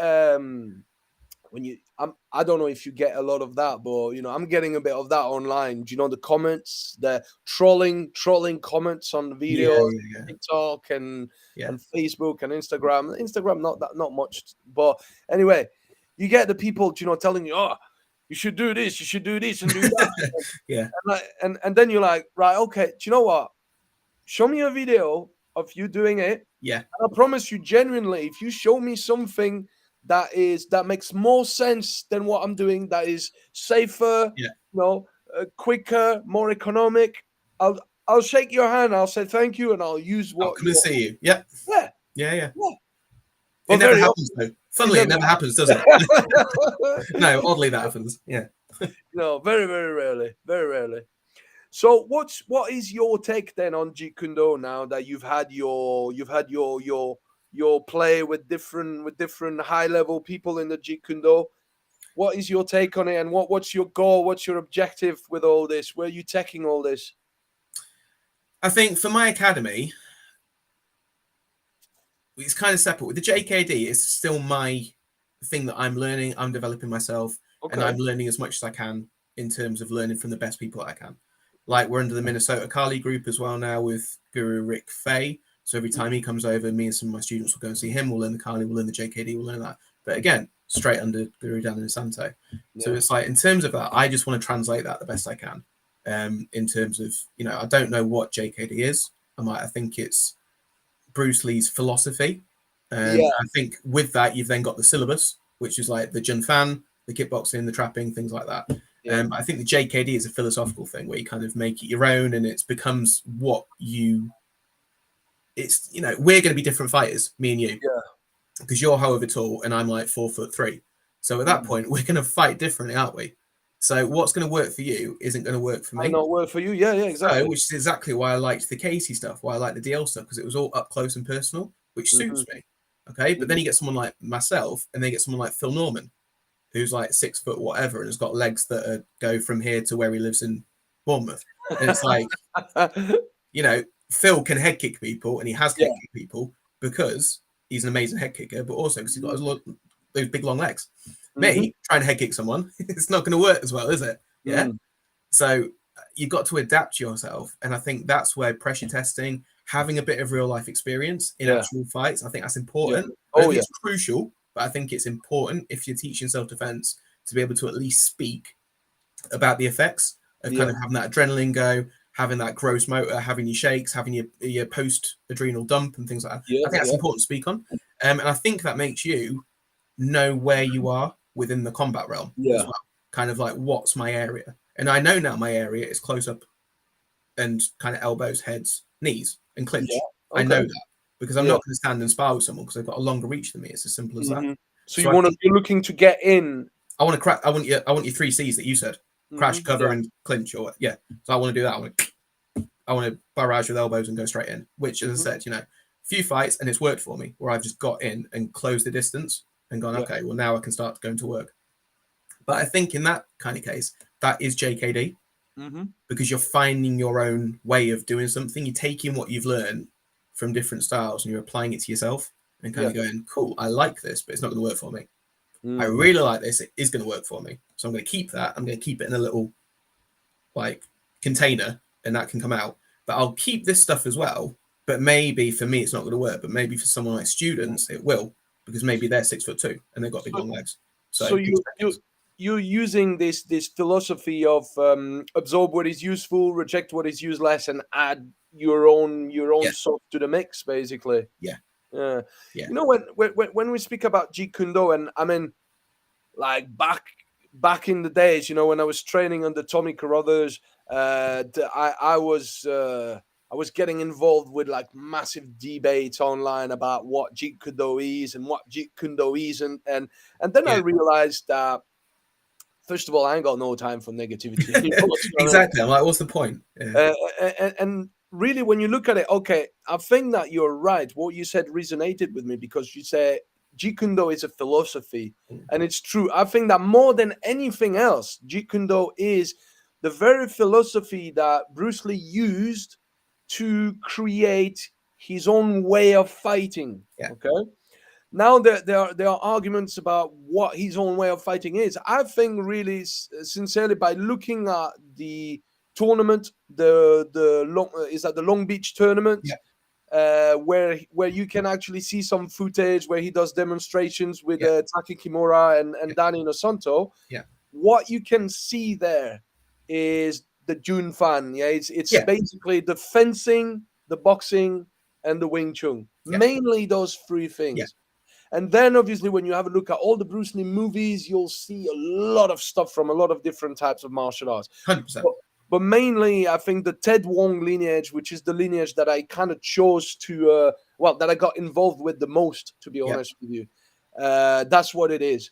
It is fencing, boxing, and Wing Chun, and not only just mixed like that. It's very particular sets of concepts and principles and strategies and tactics that come from boxing. The footwork, there's a lot of footwork that comes from fencing. That's one thing for sure. Boxing footwork, the combos with the hands, definitely boxing. The straight leads that's been a mixture of boxing and Wing Chun and fencing. I mean, it really, like, the way that Bruce Lee created his art was fucking amazing. The guy was ahead of his time. There's no doubt about that. Yeah, you can't argue it at all. But now, a lot of people have used this Jeet Kune Do philosophy and have created their own way of moving, the hybrid martial arts, like Paul Vunak created the rat system, and all the people. And so then, these people are calling this Jeet Kune Do because they're using the Jeet Kune Do philosophy, which is cool. I get it in a sense.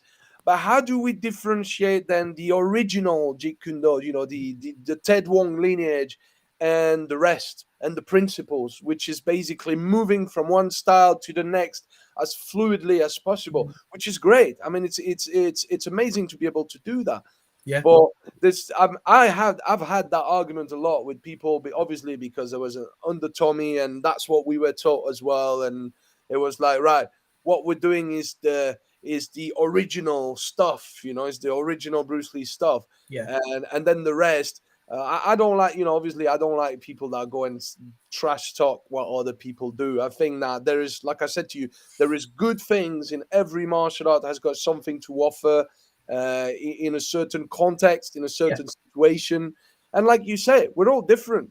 Yeah. Some people are tall, and I know I got a long reach. I like to stay on the outside, having my head movements, popping my jab out, because it works for me. When you get people that are a bit smaller, that for example, the peekaboo style is something. I'm working a lot on that stuff right now. So I'm working a lot on the peekaboo footwork and head. But there you go. So that you're taking it still, and you're kind of going, there's something there of value. I'm going to learn it. Absolutely. You're not just discarding it and not just going, it's not for me. It suits a shorter player or a shorter. No, I don't think that it only suits shorter boxers. I think you can make it work. Of course, if I was to spar somebody like you, it would be kind of difficult to bob and weave under your hooks. Do you know what I mean? I would probably choose to lean back. Snap back and lean. But if I was boxing somebody that was my size or taller, the peekaboo style is perfectly applicable. Do you know what I mean? Yeah. Yeah. I love that style. Anyway, Tyson has always been my favorite boxer. Like Yeah. So one of them anyway. pure power and aggression. Oh mate, like I don't think there's ever been a boxer on his level. No, I've neither. not seen anyone like that. No. There's some very good boxers out there, but Different level, man. different, yeah. And then you got what's his name, Ali, Cassius Yeah. Clay, Muhammad Ali, Yeah. who had like a very very particular style of boxing as well. Lots of movement, lots of head going, lots of Yeah, very evasive. and footwork. It was Yeah. very invasive. But the thing is that Ali was able to. You couldn't read him because at the same time he was an offensive fighter, a defensive fighter, and a Yeah. counter-offensive fighter. Yeah. So he could do all three. Yeah. Yeah. It was Yeah. incredible. Yeah. I mean, I love that guy. And then you had a few guys like Prince. You remember Prince Nassim? Prince Nassim. Yeah. Yeah. Yeah. that dude was putting a show on, isn't it? Just crazy. Yeah. Yeah. Yeah, yeah. I love the way he was getting on the ring, like just Yeah.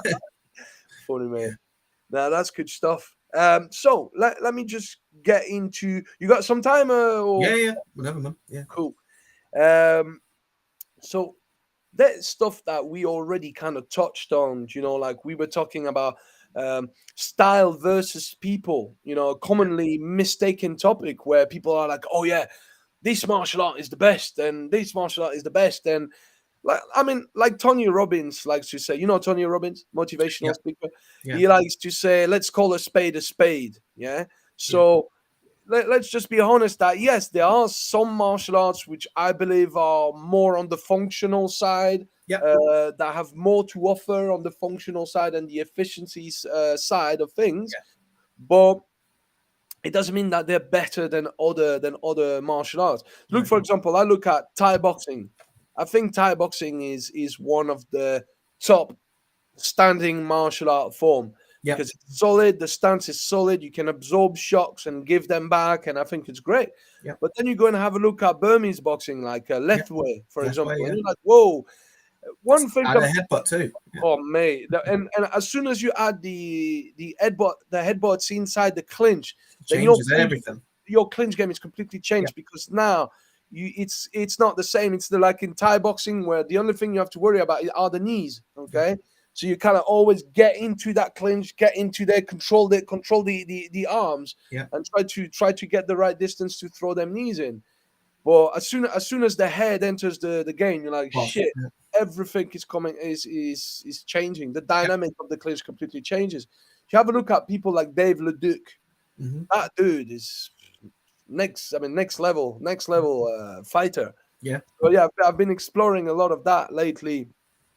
So I think these are, I wouldn't call them superior art, but I would definitely call them, there's some of the top striking arts out there. Boxing, MMA, Lethway, Thai boxing, really, really good. And then in the grappling game, BJJ, but to be honest with you, one of my first martial art was traditional jiu-jitsu. Okay, yeah. And so that was basically most of the stuff that you see in BJJ, but also the standing and the striking and the throwing and the pressure points and all that stuff. I think traditional jiu-jitsu is one of the most complete arts. Before MMA started, it was one of the most complete art out there. Yeah. So I thought that was great. And, Sambo, Greco-Roman wrestling, shooter wrestling, all that stuff. And then the freestyle. yeah. So yeah, and then when these are the styles, but what about the people? Yeah. Because you get people that are doing all these styles that are not that good, but you get people that are doing certain styles that are really fucking good. But it's like a style that's good for what? You've got to kind of backtrack and you've got to reverse engineer it. Where what do you want the style to be? It's like, okay, if you want a really peaceful, low impact martial art, then Aikido's got way more function for you than Thai boxing. Yeah. So it's all kind of dependent on what you want from the art, isn't it? If you want something that's all encompassing, that involves striking, grappling, groundwork, things like that, then you probably go to MMA. If you want something mainly focused on combatives, then you're going to go and look at combatives, aren't you? Or if you look at self-defense or things like that. If you want restraint, maybe you look at jiu-jitsu or things like that. So it's all, like I said, you've got to reverse engineer what you want and think, okay, martial arts is just a blanket term, isn't it? Like, you just go, it's a martial art. So much. delve into it, people don't necessarily know the difference between what. Obviously, they do now because of, like you said, YouTube, and there's more information out there, and it's like online course and things like that. But if you look back 80s, 90s, things like that, even when I started as a kid, that was the 96 or something. There wasn't even nearly the same amount of information as to what different martial arts were. We're Like, lucky. if I had my time again, would I do Aikido? Don't know. Probably would pick up BJJ or Jiu-Jitsu or MMA or something like that. But whatever, like, it doesn't matter, does it? You know, I got what I wanted from Aikido and then went, right, I'm moving on and doing something else. And I think, yeah, it's just whatever works for you at that time and what you want to get from it. Yeah. So, yeah. What about weaponry, Dan? Like, you see, when you look at weaponry and all the different styles out there, so you got the Filipino martial arts, which are massive when it Yeah. comes to weaponry, like with the knife, with the machete, with the stick. Yeah. What's your take on all that? What I know you've done. Obviously, it's all linked to the Jeet Kune Do side Yeah. of things. Have you done the Kali, and Yeah. have you done any weaponry before that? Yeah, so Aikido, there was quite a lot of weaponry. Weaponry was You got used, the but it was sword, all, yeah, you got yeah, so it was almost like an extension, is the way that Mhm. it was. It was the traditional side of it in terms of like the Aiki Jiu-Jitsu and the samurai and things like that. But it was also used as a way of improving your unarmed techniques, which is Yeah. kind of similar to Kali, I suppose, because it's like if you can defend yourself like with a stick and bam, bam, and however your reflexes are then trained, when you then put the stick down, your reflexes are going to be shot up and things like that. So I think it's kind of similar in that respect. Yeah, so I like the weaponry. I like training it. I think it's really Yeah. good cognitively. So Yeah. I promote that quite a lot in my classes. In terms of, you've got double stick, you work in your left and your right hand side of the brain. Mhm. You work in like different levels. You work in your stick and knife. Then you're going from stick and knife into sticks. You've done one disarm. Then you're into knife. Then you're into empty hands. Then you're into grappling. So it's got quite a nice flow to it. I think. Mm. I think the history and the culture is really, really interesting. And that was a lot of what I got from my training with Guru Dan, like a lot Yeah. of the history and things like that, and how much history there is to it. And it made me want to learn more and Yeah. like listen to podcasts on, Eskrima and Arnis and Kali and the evolution of the ball and things like that, and read more books.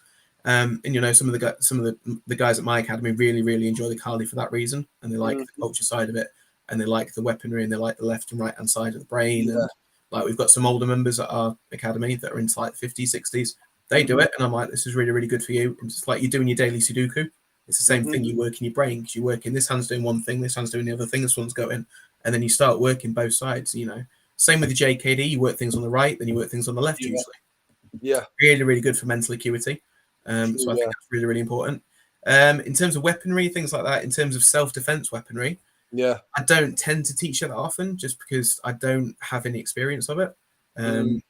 So I don't really like to teach from a place that I don't have experience of. Yeah. So I don't really teach knife defense as a thing. My knife Okay. defense is get a barrier, or if you can run, or get something in between you and the knife. Yeah. I've done some really good seminars with Phil Norman Mhm. on knife defense, and that was probably one of the best things that I've ever seen in terms of like covering yourself, checking yourself, Yeah. Yeah. things like that. Using backpacks, using stools, Yeah. Yeah. like Yeah. just controlling the hands so it can't like sew in motion him Yeah. Yeah. machine, control the hand. So I was like, okay, those are things that you Come can on. retain. Like Tommy Moore did a great thing with us on a 24-hour challenge last year with the knife, Mhm. like my pocket, your pocket. So if they're pulling, you put it Yeah. in your Yeah. Yeah. I pocket. remember If that. they're pushing, you put it in your pocket, things like that. So it's just a way of controlling. So again, but that's something like my girlfriend remembers that now because she did it. She was like, oh, my pocket, your pocket, my pocket, your pocket. I'm like, Mm. good, you've remembered it. Yeah. Awesome. Like, I that's like the main. Tommy. I like Tommy's stuff. I think Tommy's got some really good stuff. Tommy's awesome. Yeah, I've got a lot He's of a time. gentleman as well, isn't he? He's Like, a cool guy, isn't he? He's a very yeah. cool guy. He's coming up to see us again in August for the 24-hour challenge, so he's given All right. his time up to do that. So that'd be awesome. But yeah, in terms of the weaponry stuff, I just don't. I teach it from the art perspective. Yeah. In terms of like, this is Kali. Kali is mainly based on weapons. It's got your Yeah. stick, it's got your dagger, it's got this, etc.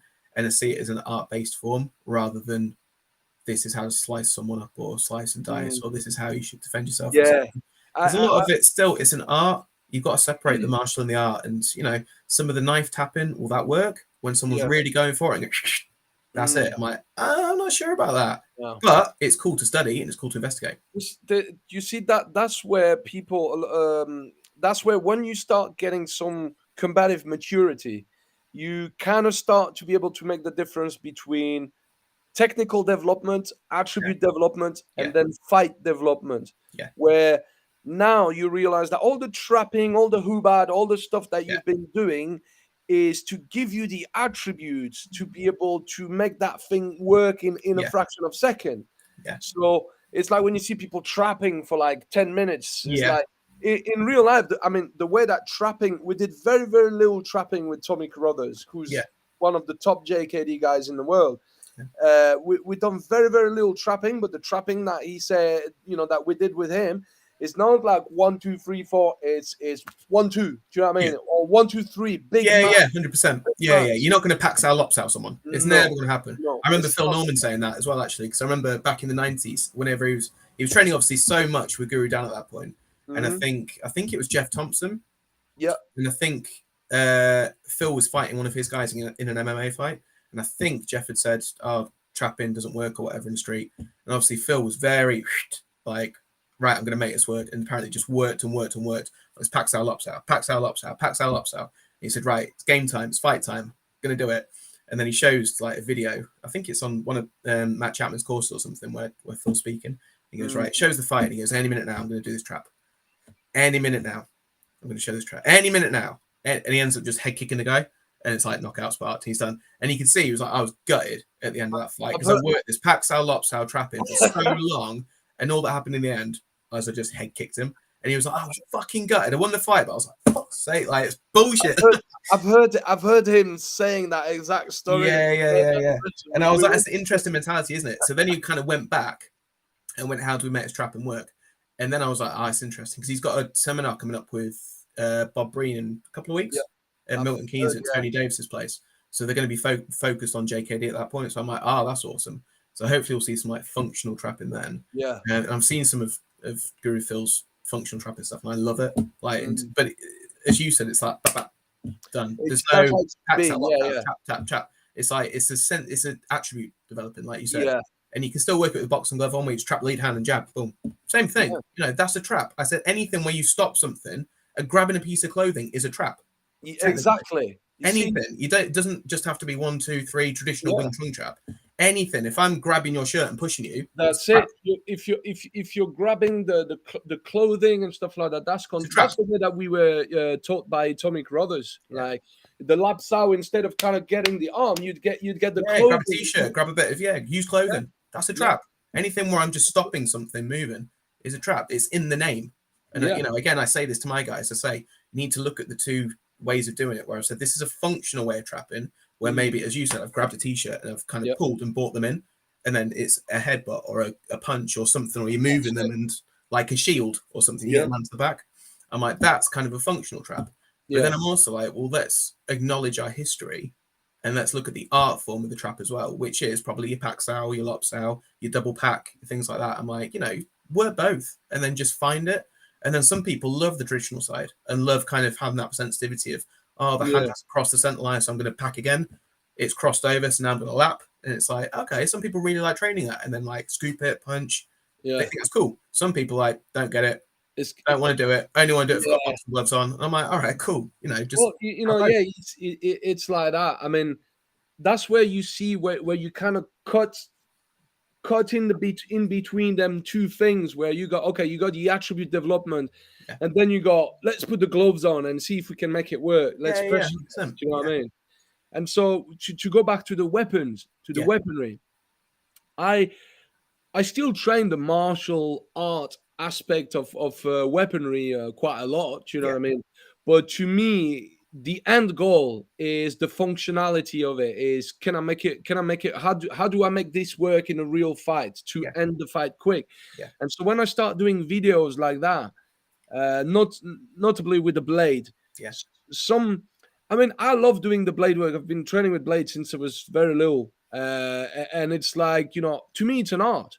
But a lot of people, because I add the aggression in there, it completely changed their picture. To them, when they see the aggression, they see me just kind of working that stab motion and just going through the arterial system, and it's like people are like, they think it doesn't look nice anymore. They think it looks ugly.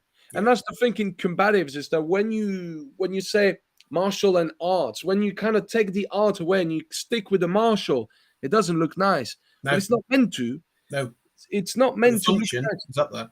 That's it. But Yeah, when you start playing with the martial art, you realize that there is an art in the word martial. yeah, yeah, There is the word art yeah. as It's well. still in there. Yeah, It's still in there. So even though now you're focusing on stuff that's very, very simple, primal, straight to the point, like using percussion method yeah, or ripper method, stuff that are quite ugly to see with a blade, because you can imagine what's going to happen in real life. Add the aggression to that. Now you got a pretty ugly video for a lot of people. But when you get the art inside the martial, you're like, there is a certain beauty in that as well. I find yeah, there yeah, is a certain beauty in the martial as well, yeah. because martial art, we're supposed to be martial. I mean, Yeah, well, that's the thing, isn't it? we You got to distinguish, yeah, and you got to go right. This is actually a martial art, and you've got to still have that ferocity and that kind of switch on. And I was teaching my guys, or we were doing like a self-defense class yeah, yesterday. We've just done grading at my academy, so I was like, I know we've focused quite a lot recently on like the kickboxing, the boxing side of it. Go strip it back. Let's just go straight back into self-defense in terms of what happens. Someone step their right foot back. Which hand are they probably going to hit with? mm, Probably the right hand. Things like that, like de-escalation, hands out, things like that. Crash and enter if you need to. And then when I'm saying like, great, add a strike on, hit the pads, but I'm saying you need to do it with that emotional. That, content. Yeah, yeah, there you go, Bruce Lee. So the same emotional content. If we're having a laugh and me and you are training and we're chatting halfway through the class and like you're holding the pad up and I'm kind of tapping it with a hammer mm, fist, having a little laugh and then like, right, reset, and we get into a rhythm of doing it. I'm like, that's not real, guys. You need to break the rhythm up. That's one. yeah, So yeah, start shocking them. Add that so you don't get into a 1, 2, 3, 1, hmm 2, 3 mentality. Break it up. 1, 2, 3, bam. So you yeah, keep yeah, that yeah, like shock reflex. I might hmm swear at them, push them, shove them, get a little bit of, the academy or something is where you can dance with the devil a little bit. And if you want to shout and you want to swear and you want to call someone a dickhead or whatever, and swear and get some emotional stuff going on, crack on. But I also that needs to be responsive in your pad feeding. If you're yeah, then tapping the pad in a hammer fist, I'm like, no, because how you train is how you will do it. yeah, Just tapping a pad, that's you teaching your muscle memory, the same as you do anything. Your muscle memory is going, okay, well, this is how to hit pad. It's how I hit a pad. It's how I hit a pad. I'm like, no, come on. You need to boom, send it through. You need to have that like kinetic chain to go through. You need mm, to make sure that you've got the right kind of mentality, the right yeah, force, the right structure. You make sure you're hitting through the pad, not on the pad. yeah, Right, yeah, at yeah, that point, if you're training in that, every session you do is going to go like that, rather than mm, you just come along for a workout. And if that's what you do, fine. mm, But then also you need to distinguish between the art side and the martial side, or the absolutely, fitness side and the martial side, or the community side and the martial side. And the mm, martial side is a very specific point where you've got to train, and you've got to train hard, and you've got to train with intensity, and you've got mm, to train with ferocity. And I'm like, cool. cool, But a lot of people don't want to do that. And I'm like, okay, that's all right as well. So dial it back, mm, but you can still have the mentality of you train with focus, you train with yeah, structure, you train with movement. So mm, like now you don't just finish your combo and stay on the spot. You finish your combo and you move. Same as yeah, if we're yeah. sparring. I Step finish my offline, combo create and I an move. angle.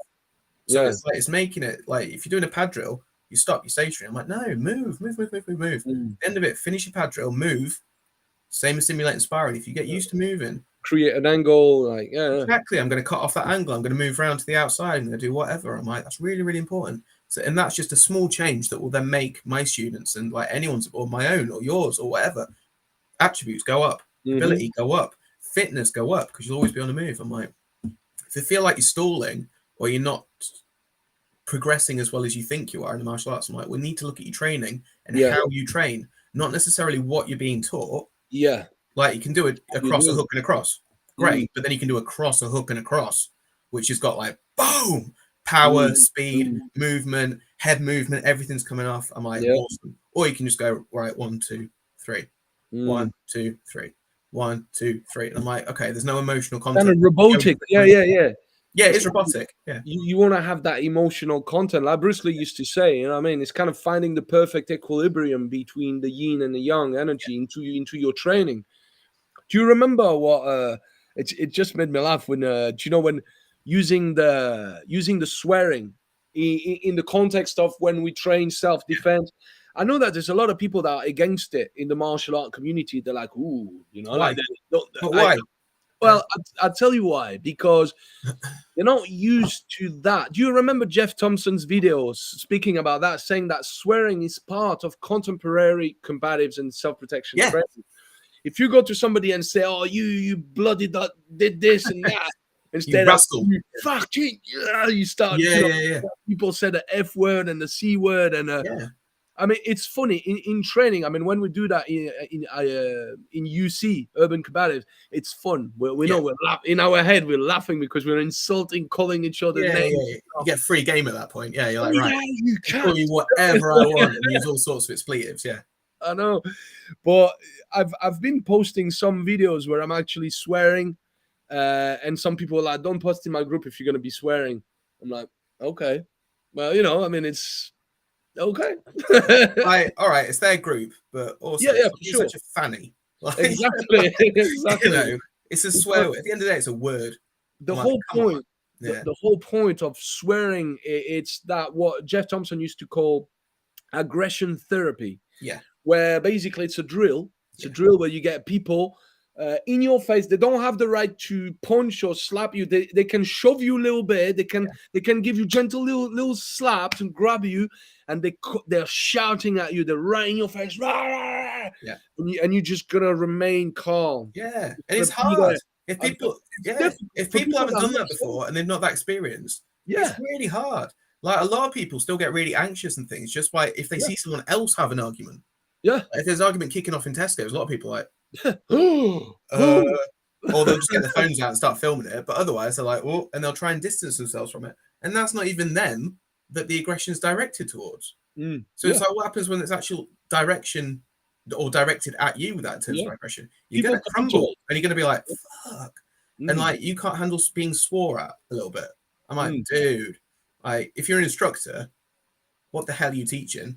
If I can't go, all right, dickhead, and you go, and start shitting your pants, and I'm like, oh, come on, it's words, isn't it? If you add then a little bit of grabbing, a little bit of shoving, a little bit of pushing, a little slap, things like that. Like, it's not very nice, but it desensitizes you to that sort of thing because that's where people don't realize that violence and martial arts, or even a lot of self-protection programs out there, are not teaching violence.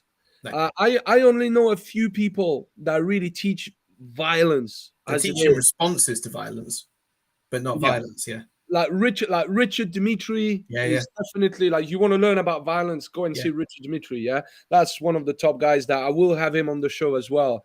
Cool. But Lee Morrison, most definitely. Lee Morrison not only is a person that teach you how to deal with violence, how to understand how violence does occur, how criminals operate, their mindset, but Lee also kind of teaches you, as part of knowing how to be aware of it and knowing how it feels like, being able to actually apply it onto somebody else as well. And so when we do the drills, you have to train yourself to think like a predator, think like a criminal, so that when we do the drills, the role play is going to be mint. It's going to be like spot on. Yeah, but also that's super important in terms of self-defense, or in terms of self-protection, because if you can think like a perpetrator or think like a criminal or think like that, then you're already kind of one step ahead, aren't you? As opposed to being completely in the dark and naive to it. Yeah. So it's huge. I don't know about you, but for me, it's like when I was a kid, I've been going through a lot of bullying because I'm an ADHD on the mild spectrum of autism and stuff, and so I was always the guy that I was drawing instead of learning. Dragon Ball Z. Yeah. Love Dragon Ball Z. I remember we spoke about it. The Kaizen Awards. You're like, dude, you need to watch Dragon Ball Z. You need to watch it, man. So I was drawing like Dragon Ball Z characters. I was instead of learning, I was just not interested in school. There was a few things I was interested, like mainly history and languages, foreign languages, for some reason. But the rest I was like, pfft. So yeah, and so basically, violence is something. Before I became a student of violence and before I became an instructor to teach people about violence, I've actually been a victim of violence. Yeah. You know what I mean? Yeah. And I think that is that a plane you have passing above you? It is, yeah. I think that knowing how it feels like to be on the receiving end and being a victim of violence, that is I mean, you will have a much more accurate way of expressing it and how you teach, because you know how it feels like, and that also gives you empathy. That's where your empathy comes Yeah, from. 100%. You've been suffering from that. You've been going through that much pain and suffering. You don't want your student to go through that same shit because you know how it feels like, and Yeah. no one should be experiencing that. Do you know what I mean? Yeah, definitely, 100%. So yeah, man, that's where the self-protection goes. Do you know, kind of back on the weapons, because there's something I wanted to touch Yeah. on. Do you know there's a lot of people like sport fighters, like boxers, or that said to me, "Oh, do you know, like I see you doing with moving with the blade and stuff. Like, I'd love to learn that stuff." And I said to them, "You're already, if you have an accomplished level in boxing, you're already a great knife fighter. All you have to do is put two blades at the Yeah. end of your guard and start jab, cross, hook, that just with your blades, Yeah. and start working like that." And Yeah, they're like, "Oh 100%. shit, I've never thought about this."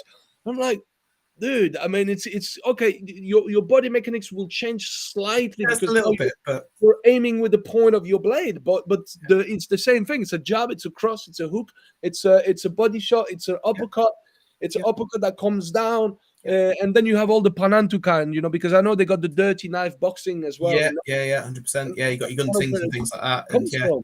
yeah, it's So cool you area to kind of study. you go with a hook and you come back with a reverse, but you Yeah, got a yeah, hook, you're slashing, all and now comes from the knife. you're Yeah, ripping yeah, on the comeback. yeah, So all that's comes what from I'm the knife. saying to you. I love that little way of thinking. What about the gun with the guns, with the firearms, boxing with firearms? I know Boxing it, with firearms. yeah. So I know it sounds a bit fucking weird, but that's something that's been shown to me by so with my father when we were providing training. Well, I was just assisting him in providing training for the military in Lithuania. Okay. And he brought a few experts from France that are in the French special forces in France, and that guy came up and demoed that gun boxing. So he Right. was like, "Okay, hold the pads for me and give me like um, a jab, a cross, a hook, a body shot." And basically, the guy had the guns, and he was just boxing with the muzzles of the gun, just Okay. throwing them hooks, and I was like, dude, that is brilliant, Yeah. because now you're striking with a piece of metal. You got a piece of metal, and now you're Yeah. boxing. And we used to do push-ups with two guns on the floor and do the push-ups with Using the the gun muscle. to Yeah. Yeah. strengthen Yeah. the Yeah. wrist. And I thought to myself, that's pretty smart. Yeah. It's got function, definitely. Like, Once you run out of ammo, it's not like in the Hollywood movies where, oh shit, I'm out and I'm just yeah, it's no throwing. longer John Wick. Yeah. Yeah, I'm just throwing that 1.5 kilo piece of metal No. that I could Now use you to go, bap, smash bap, bap. somebody's skull. And yeah, Yeah. so I think that's pretty cool. There's so many different approaches with weapons. Once you understand the angles and the target, the distance, and the angles, that's it. You can start doing your own homework there and come up with shit that's your own. Yeah. 100%. It's an interesting area to study. So let's have a look, because we spoke about this. I'm just having a look through my questions, Your which notes. Yeah. No worries. really some good little stuff. Um, okay. So that's the thing. So we always speak about the importance of understanding adrenal stress, the physiological factors of Yeah. adrenaline, all the little things that come into play when you get that adrenal release. Yeah. Yeah, the process, the amygdala, all that stuff. Without going into it, because I go into it every time. But so how do you? Is that something that you actually put to your students? Do you actually have some sort of pressure testing, or is that something that you reserve for the grading, when you actually getting people to grade for a belt, where you get some pressure testing, or do you actually implement pressure testing on regular basis? Yeah, so we're starting to implement it a little bit more now, especially in the Mm. year 2s and 3s, where they've already got, as I said, that first year is like a foundation of boxing, kickboxing, and like knowing your blocks, your slips, your moves, things like that, and like having a foundation. I think if you want a foundation of something, boxing and kickboxing, or Thai boxing or something like that, it's Yeah. probably like a good solid base to start with. Mhm. And as I said, second year we start looking at the other stuff like the JKD, the Kali, the Panatukan, the weaponry, little bit more groundwork and things like that, just basic groundwork, like technical get-ups, a couple of chokes, a couple of things like that. And that's the point where we start pressure testing more. So at that point, we'll start sparring more. We'll start putting more active drills in, like 2-on-1 drills. Like you put more against a wall, things like that, like a scenario. Yeah, just kind of things like that. And I'll speak about the adrenal response and kind of your body's reaction, because I think it's important for them to understand that you're not going to be able to do like a finger lock or a wrist lock or something like that that's going to be fine motor skills or even complex motor skills. It's going to be gross motor skills if they, and I was literally speaking about this yesterday in our kind of self-defense focus class and just saying, you know, anything where it's like fine motor skills, complex motor skills, it's probably not going to come out for you. And it's my pet hate when I see stuff online and it's all like very intricate thing. I'm like, dude, what the hell? And my other pet hate is strangles up against the wall and their arms are out straight like a mummy. And I'm like, that's not a fucking strangle. Like, I'm like, strangle, your arms are bent, your head's in, like you're pushing them up against the wall. I'm like, that's reality. And like, again, I've said this to my guys. I'm like, you need to train it like that. Be nice to each other. Keep it fun. Keep it like soft and keep it friendly. Like, we don't want anyone going home like injured or anything like that. But it's all right to have like a bit of a bust nose or a bit of a lip that's it's fine. You know, you're all right. And obviously, I've always saying work towards your partner. If you've got someone that's like a mum of 3 that's 40, and then you get someone that's like a 24-year-old guy that wants to pro box or something like that, I'm like, well, obviously you guys are going to have to come to something. I'm going to have to watch more and just make sure that someone doesn't get annihilated or it's not going to go crazy. But then if you get 2 people that are kind of roughly the same age, roughly the same weight, roughly the same intensity level, I'm like, crack on, put your gum shields in and go to town. Like at that point, you can regulate yourselves. I think at that point, I'll keep an eye out and an ear out. But to be fair, as I said, in my academy, we don't really get that much. We've had a couple that are very straight to point and want elbows, want headbutts, want this and this. And they tend not to stay that often because we're just not the right vibe for them. They want more like angry aggression. And I'm like, peace. And I'm like laughing, joking, having fun, like taking the piss out of myself. And it's like, we're not that serious a club. It's not Sensei Dan or Coach Dan. It's like Dan. Like, I'm like, that's one thing. I love that. Do you know when you get people coming to you and say, Master, call you Master? I'm like, don't call me that, dude. Just no. Or Grandmaster's the worst. It's when people put in the Facebook status, like their name, and they've got their Facebook name. It's like Grandmaster, blah, blah, blah. I'm like, oh, dude. Like, it's like ego gratifying title. Seriously, like, Facebook profile. Calm down. Have you seen The Big Lebowski? Yeah. He's like, just call me the dude, man. Yeah, exactly. It's that. I'm like, oh, man, how arrogant are you? Like, just chill out. So yeah, at my academy, it's just Dan. And like I said, I'm just a student as well. I just happen to run the place too, and just happen to direct the classes. But where I can, I'll jump in and spar, and where I can, like, I'll learn as well. Like, I teach loads. Sorry, I learn loads doing the teaching. Like, I'll learn a different way, or someone won't react in a way that I'm expecting, and I'm like, oh, I've got to now adapt to that and do something else. And I'm like, oh, okay, I hadn't thought of doing that. So I always think, you know, a good way to learn is to teach. So we try getting like our 2nd, 3rd years. We've got an instructor program at the moment that's obviously going to carry on, hopefully, for the next years and things like that. So people can start becoming instructors under Empower. But I get them teaching from quite early on, like a little segment of something they're comfortable with, even if it's just a jabbing across. Yeah. Like, you'll get a question that will throw you on something as basic as jabbing across, like, why is your wrist that way? Or why is your chin? Or blah. And they're like, But it makes them think about, why am I doing that? Why? Okay, so my chin's buried into my shoulder. Okay, and then So it makes them think about why they're doing it rather than just going motion. Motion. Oh, okay, back in. You learn a lot from your students, innit? That's the first person that told me the best way to learn is to teach was Lee Morrison. Yeah, he was saying that to me all the time. Yeah. So the best way to learn is to teach. When you start teaching, you're gonna learn more. Yeah. You're gonna learn why you're doing things the way you're doing because people are gonna ask you. You're gonna be like, right, you know, you're gonna start knowing your subject more and more and more in depth because you've got to work for different people as well. Yeah, because not all your students are going to be the same. They're not all going to be, you know, exactly the same height as you, exactly the same weight as you, exactly the same experience.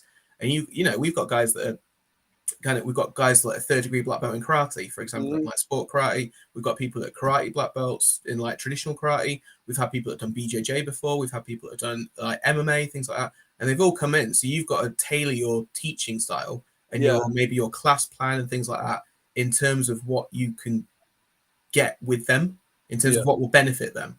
Yeah. So, for example, if someone's like a sport karate, they kind of used to like hit, move, hit, move, hit, move. Yeah. So at that point, we'll do clinch work. We'll put them up against the wall or something like that. Show them something that they're a little bit uncomfortable with. Yeah, and maybe it's not in their realm of knowledge. But I wouldn't necessarily go, right, we're going to do a sparring class now where it's like all points, hit, move, because they'll pace me. So it's like, well, okay, fair enough. But if you can show them something then, and it kind of makes you think and kind of go, oh, okay. So it makes you adapt, have that JKD mentality where it's like, oh, okay. So now I definitely need to close the distance because he's 3rd-degree black belt or she's 3rd-degree black belt. She's used to moving around, hitting. If I can close in and do a takedown, a trip, something, a pin, a trap, then at that point, it makes you a better martial artist. It makes you more well-rounded. And it also gives them something that they go, oh, okay, I've got stuff to learn here. Yeah. So you're both checking your ego at that point and both kind of humbling each other. So I think that's cool. I like that. Do you know Dave Breed? David Breed? Yeah. David is amazing. Yeah. Like, another really, really amazing coach that I have a lot of time and respect for. It's the type of person, you'll spend like, even if he comes to see you at home, for like 15 minutes, 20 minutes, he'll just be talking about boxing. He'll be talking about his stuff and he'll not stop. And it's like the type of guy in 15 minutes, you'll learn more about boxing than you've learned from all your life boxing with different people. Yeah. So passionate about that stuff. And I mean, I'll be honest with you. I mean, I've boxed with quite a few people, but like David Breed, I don't think I've met anyone on that level. And not only that, is that he's very charismatic. So for me, it's very important. Do you know what I mean? I think that's something we haven't really touched on, is it? But like injecting the passion. Like, everyone that's going to be listening to this podcast, for example, right now, is probably a martial arts nerd. Because it's just simply because they wouldn't be listening to this otherwise. They wouldn't, like, we've been going for 2 hours now speaking. Are you still there, bro? You just said we've been here for 2 hours and now you're frozen for some reasons. I don't know why. Hello? Hello? Are you still there, bro? Well, I'm going to pull myself a cup of tea. See if you're moving again.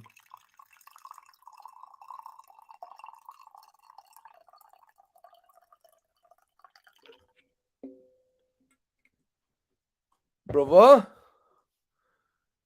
Are you there? I don't know where you gone, bro, but you gone somewhere. He's gonna get back. Hopefully, he's gonna get back. Let's have a look.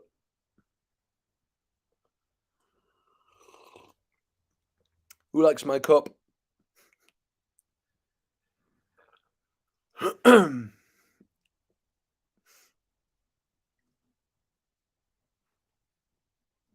Maybe he's got some technical difficulties. That happens sometimes. The computer shuts down or something like that. Poor internet connection, maybe. There he is. Hello, sir. And we're back again. Sorry. What happened? I have no idea. Obviously, I moved my laptop in a direction that the internet was like, no, now I'm going to cut out. I'm like, oh, great. It happens. Are you? Do you need to go anywhere, or you still got a bit of time? Just let me know. Obviously. No, I've still got time, man. Yeah, I've still got time. Cool. It's all good. Yeah, we were talking about charisma. And us being nerds. As an instructor, I think that's a big thing. Yeah, definitely. So I think that's probably one of the most important things. Yeah. If you're charismatic and you can inject that passion of what you feel, like in terms of your martial arts, like there's nothing worse, and I'm sure you've had it before, where you walk into a martial arts class or something and the instructor's like, it's all right, guys, today we're going to do jab, across, a hook. I'm gone. I'll be like, I'm off. See ya. Yeah? I'd be like, no, you want someone to be like, right, guys, what we're going to work on today is we're going to work this, this, this. And then at the end of it, we're going to do this. And blah, blah, blah, blah, blah, blah. Come on, guys, right, we've got 3 more minutes. Come on, push, push, push. And like, it fills you up with energy as well, because you're like, oh, and if you're hanging out your ass and you're really, really tired or something, that could be enough just to have that instructor kind of go, come on, guys, 30 seconds, boom, smash it. This is the last round of the day or whatever. And injecting that enthusiasm and that passion and that, it kind of makes it personal for them as well. If you inject your personality and kind of say, well, this is what I found on my kind of journey, and you add like anecdotes or you add your own personal experience into things, I think that's really, really important in terms of just communicating with people on a general level, like just in day to day as well. I think if you're just a monotone robot that's just like, hello, yeah, I've had a really good day today, but then my dog died, and then this happened, and then this happened, and it's like, well, where's your emotion? Where's your you're up, you're down, like you're robotic, and like. But I think if you can inject that passion and that drive and that energy and that enthusiasm into your classes, I think that's really important. And then forcing yourself to do it as well. You don't always feel like teaching class. Like that's just the way of the world. Like sometimes you have a bad day. You're like, I really don't want to run around with 4-year-olds right now. But it's almost like you strap on that black belt, you tie your black belt, whatever, or you get your students lined up, you go, right, salute in, and it's like, switch on, game mode. The next half an hour, 45 minutes, hour, whatever the class is, you switched on, because at the end of the day, they're paying students. They're giving their time up. Their parents are giving their time up to come and take you, travel, stuff like that. And they look up to you, you know, you're the leader. It's a privilege to be able to teach. And, you know, especially for me, to be able to do this for my full-time living, I'm very, very fortunate to be able to go, I make my living from teaching martial arts, but also I've worked really, really hard to get there. And work like full-time jobs and then taught in the evenings and things like that.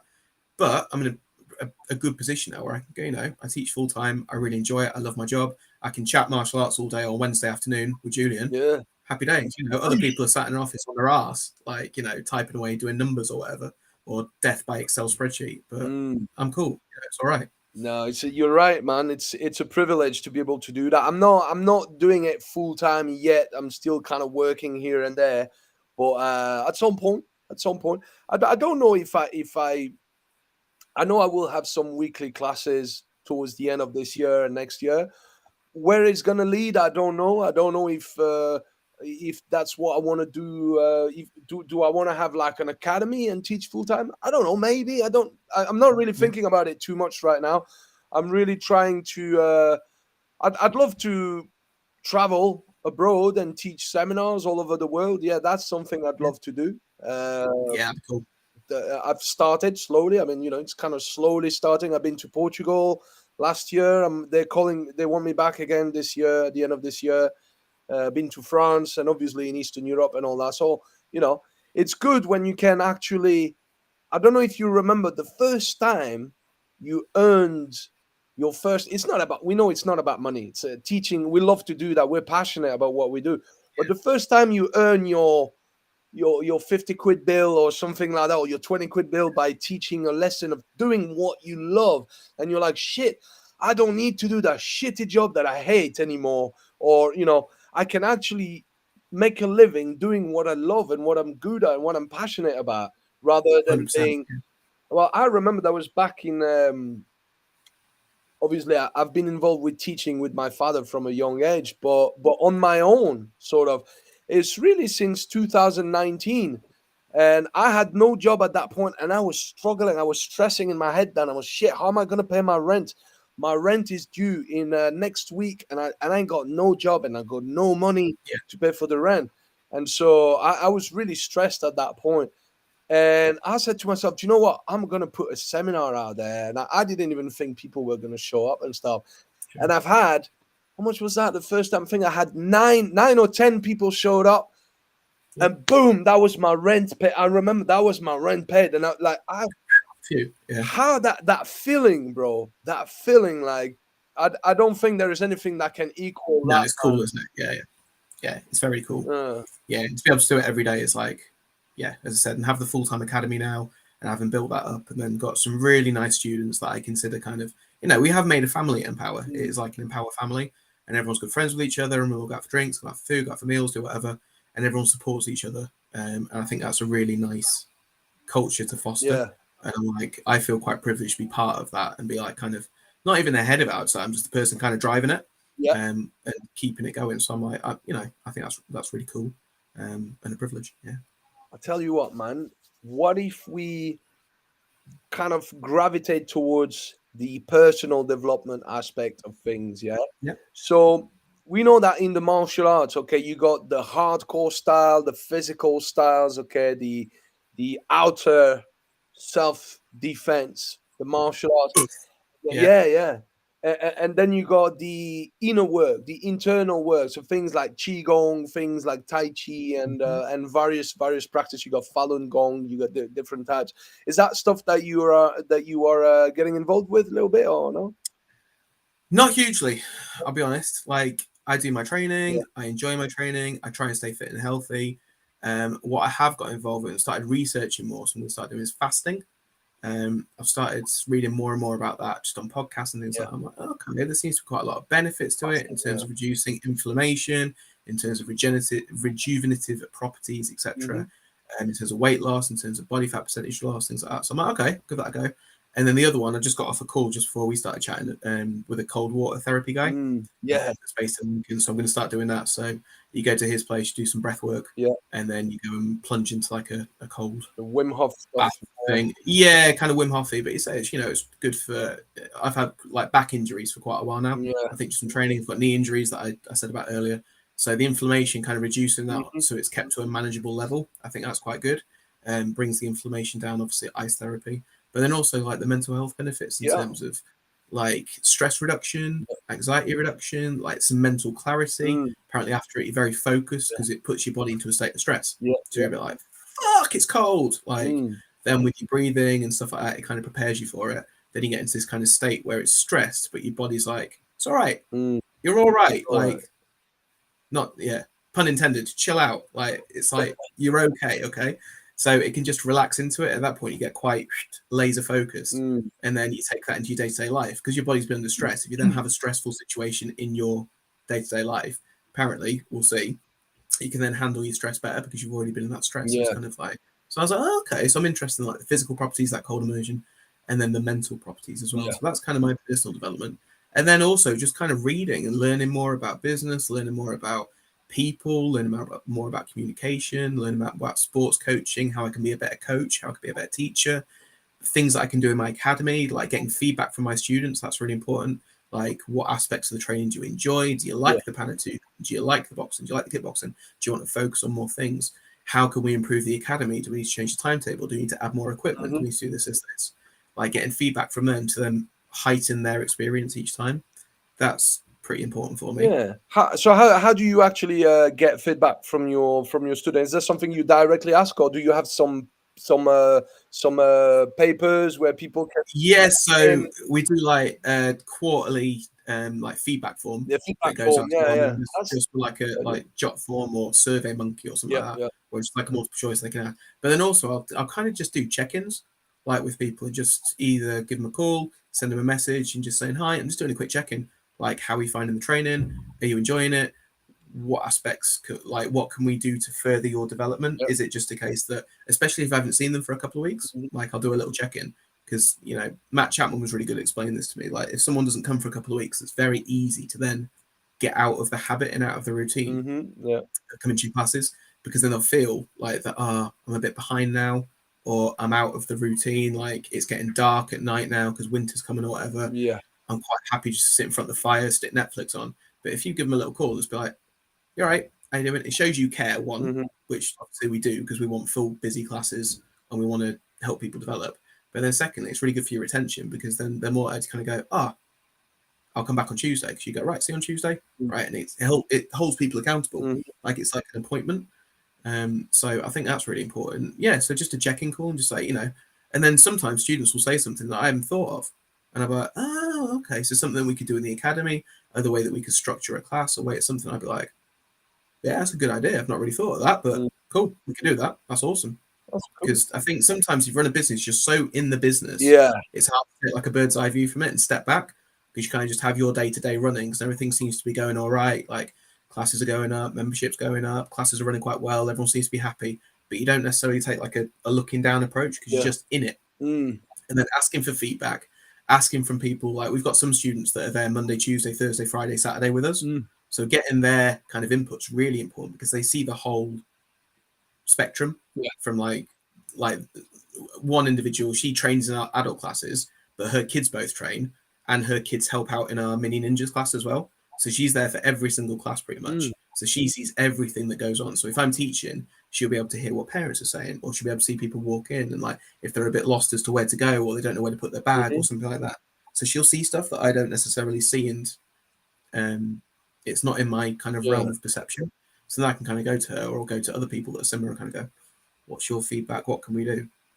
So have you been working with Swapnil? You know Swapnil? Yeah, I did a little bit of work with Swap. Yeah, a few months ago. Like he ran some Facebook ads for me and stuff. So yeah. Okay.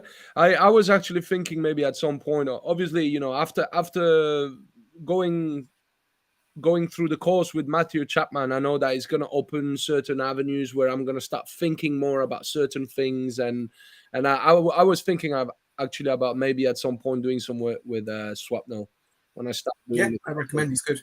He knows his Facebook, definitely. Yeah, he definitely knows his Facebook. He knows he's everywhere. Fucking hell. Yeah. You can see him everywhere. It's like, dude, you're everywhere. Like at some point, 100%. I could see him. I think people are getting more twigged onto it now, aren't they, in terms of marketing your martial arts school? Because if you don't market anymore, it's old school mentality of like £2 on the door, village hall. Yeah. It's like you're going to get swallowed by places that are full time, that have direct debit systems in process.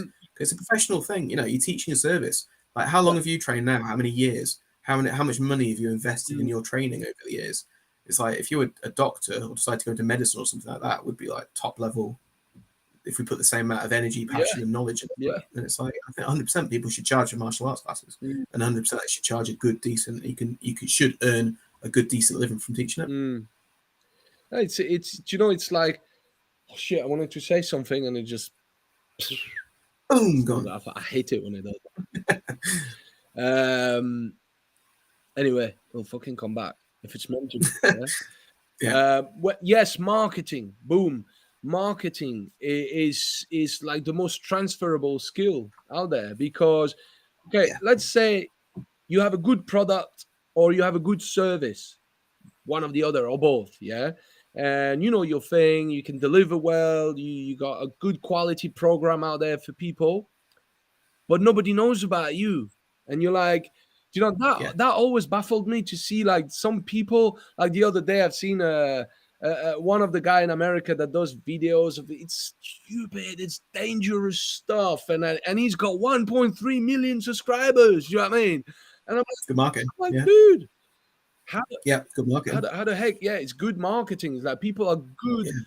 So you can get good marketing in shit martial arts. Yeah, exactly. Or you can get, a lot, unfortunately. Or you can get great martial arts and shit marketing. Yes. So if you can have a mixture of the both, good marketing and good martial arts, then you've hit the good spot there at that point. Because just like you said, you could be the best martial artist in the world, but if no one knows you about you, the fuck does it matter? That's my next thing. You know, that's what I was thinking. I've been thinking about it already. This year, I started to think about this. Like, okay, how about I'm gonna do my best to become as good at marketing as I am at my craft. If I can do it, then I could be like. I could do like Matthew Chapman. I could do as well as him if I was becoming as good at marketing as I was at my craft. And that's going to be my focus in the next 1, 2, 3, 5, 10 years. That's going to be my main focus.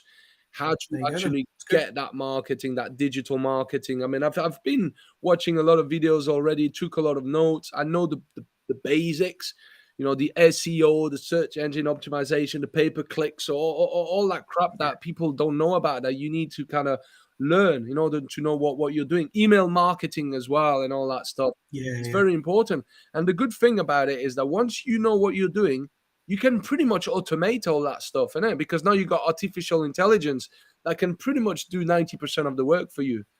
Yeah, you got ChatGPT or whatever it's called. You can just go, write me an ad, and he goes, bleh, and you go, fuck, that's scary. I know. Oh, and it's like, dude, it's like machines are taking over, man. Oh, mate, you're winning. I mean, that stuff makes you economize like 60-70% of your time, if not more. It's scary though, isn't it? It's scary. Man. I know. I was listening to a podcast the other day with, I think it was an ex-chief of Google or something, and he was saying that AI is probably the biggest threat at the moment. Skynet is taking over. Oh, yes, he said. Yeah, exactly. So, so he said that that's one kind of option. So that's very, very low probability. But he said just in terms of what machines will be able to do, like unemployment is going to go skyrocketing Yeah. because machines just be able to do people's jobs more and more and Yeah. more. So he said, you know, in terms of like crisis in humans and stuff like that, so you know, the imminent one is AI.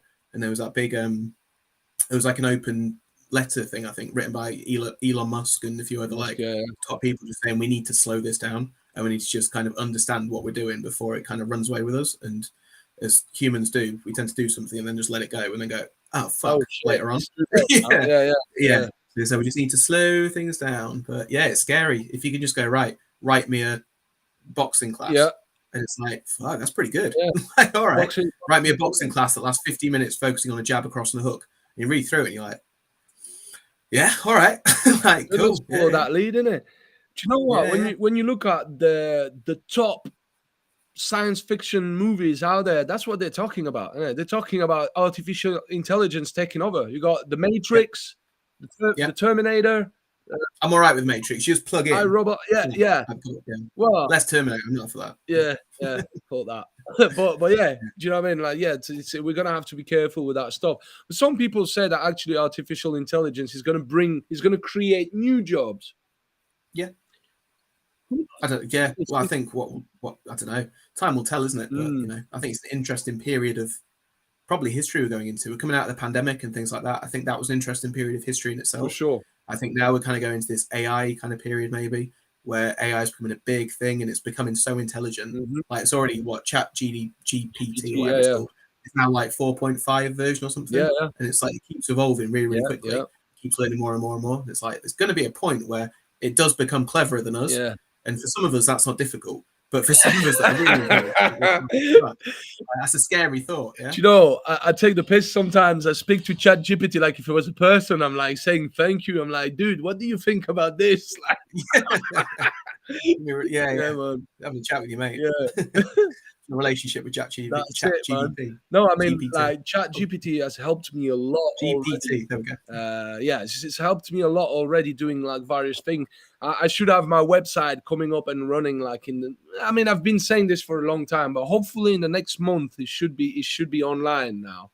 Cool. And it'll be cool, man. You'll see. We spent a whole year working on it, bro. Do you know what I mean? So awesome. Look forward to seeing it. Have you got a website?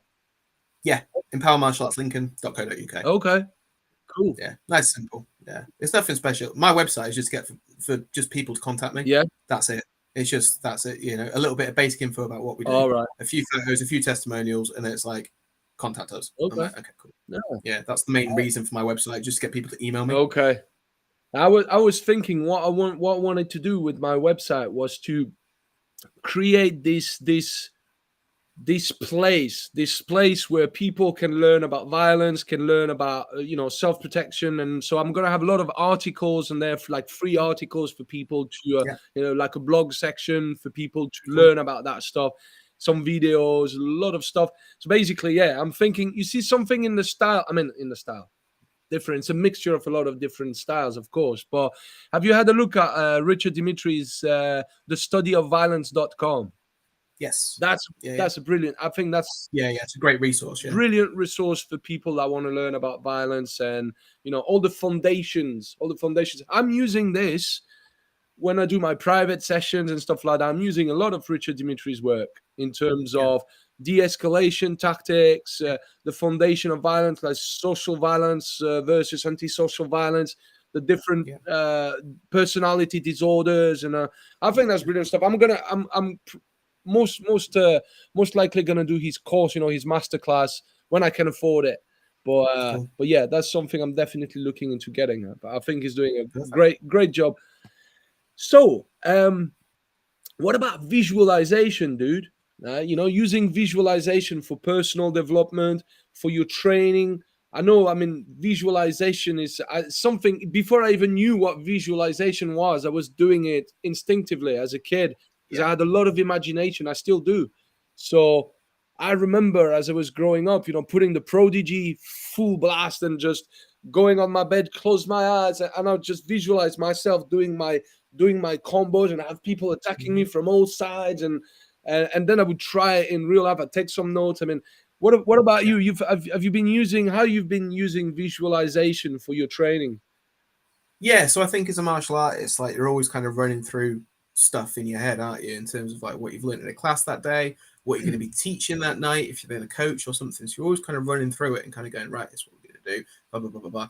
And then I remember coming up to my black belt when I was like 18, I think, just under 18. I did actual proper visualization, like hypnosis stuff Oh, that's in great. I like the love that 6 weeks. shit. Yeah, in the 6 weeks before it. Mm, Just kind of going once a week, and she put on some like ear things, and like it would talk you through it, and then she'd talk to you, and you go into like a hypnosis state, yeah, whatever.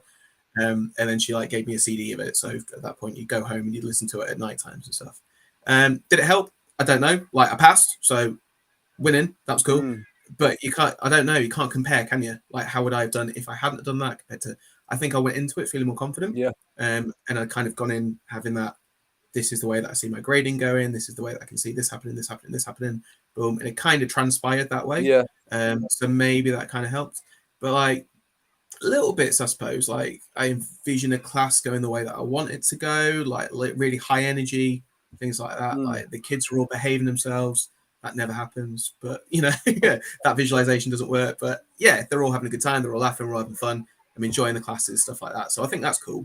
But yeah, it's not something I've particularly really deep dived into it, apart from, okay. as I said, doing that kind of 6 week thing when I was 18 or whatever. Well, you know what? Like in terms of visualization and what we call the art of manifestation, Yeah, uh, I'm very deep into the esoteric aspect of things, and like old school esoteric magic, transcendental magic, and the esoteric art, from the yeah, mystery schools of ancient Egypt and all that stuff. I find that stuff fascinating because most of the stuff we're talking about comes from that. Like hypnosis, most definitely comes from that, from the mystery schools. And so, like hypnosis, I mean, you can tell. Look at my room. It's all it's all like affirmations everywhere. It's affirmations sure, everywhere. Do you know what I mean? Like, yeah, so all the stuff that I want to manifest in life, I write them.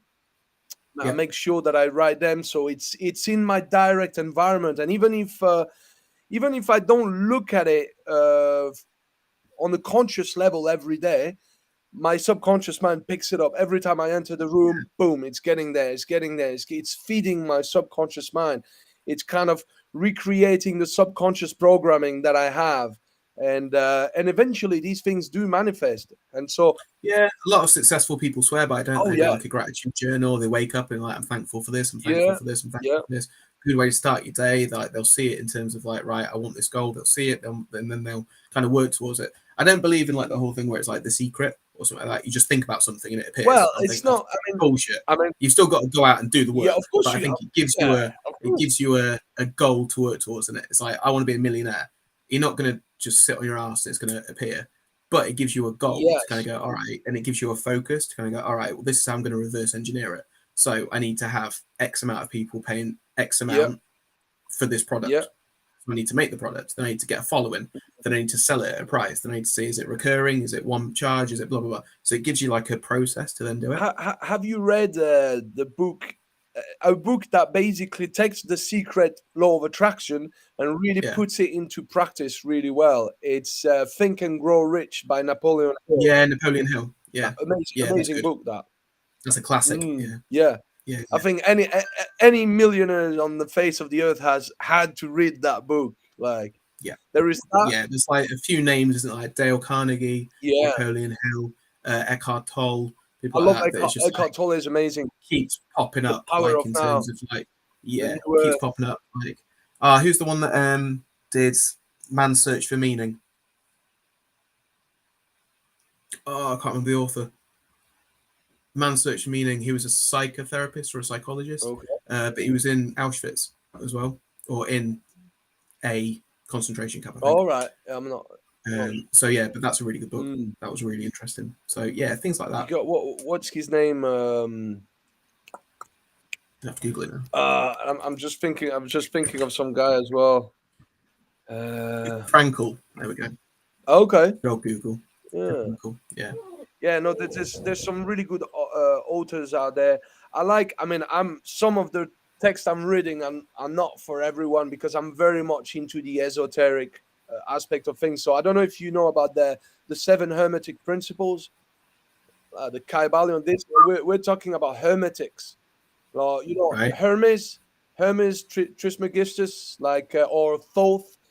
This was a god of ancient Egypt or ancient Greece, Okay. the scribe god, the god that created magic and language and basically there are some texts that are pretty fucking amazing. And once you really get into it, it gives you an insight about how the universe works and how everything is set in motion and the underlying laws of nature basically. That's what the seven hermetic principles are. It's amazing stuff. Okay. Yeah. Yeah. And then I've been reading something for years as well, and I keep coming back to it. It's the law of one. Okay. Now that is completely different, bro. I mean, it's a different topic, but it's supposedly a text channeled from extraterrestrials. But it's talking about the evolution of soul and the reincarnation and it's basically talking about the evolution of the soul, man. It's very, very interesting, very, very interesting stuff. Deep, man. Yeah, man, it's amazing. Still Harry Potter. Huh? Still Harry Potter. I know my limit. Yeah, man, I love Harry Potter as well. Magic. Do you know what? There is an old esoteric saying that says, only those that believe in magic will find it, and those that don't believe in magic will never find it. Do you know what I mean? That makes sense. Yeah. I believe in that shit. I believe that we are able to do much more than what we're being led to believe. Once we unlock that DNA, you know, that dormant DNA that they call junk DNA, that's no junk at all. Once we unlock, Yeah, I'm not opposed to that. Yeah, oh yeah. yeah. So what about NLP, bro? Is that something that you got into a little bit? I know I use NLP every day. It really helps. Know very little about it, to be honest. So I've heard Okay. like people say NLP and things like that, and yeah, they obviously neuro-linguistic programming, but it's not something that I've really deep dived into or anything like that before. But Well, again, I'm interested in it. there is a really good book. One second, see if I can find it. Ooh.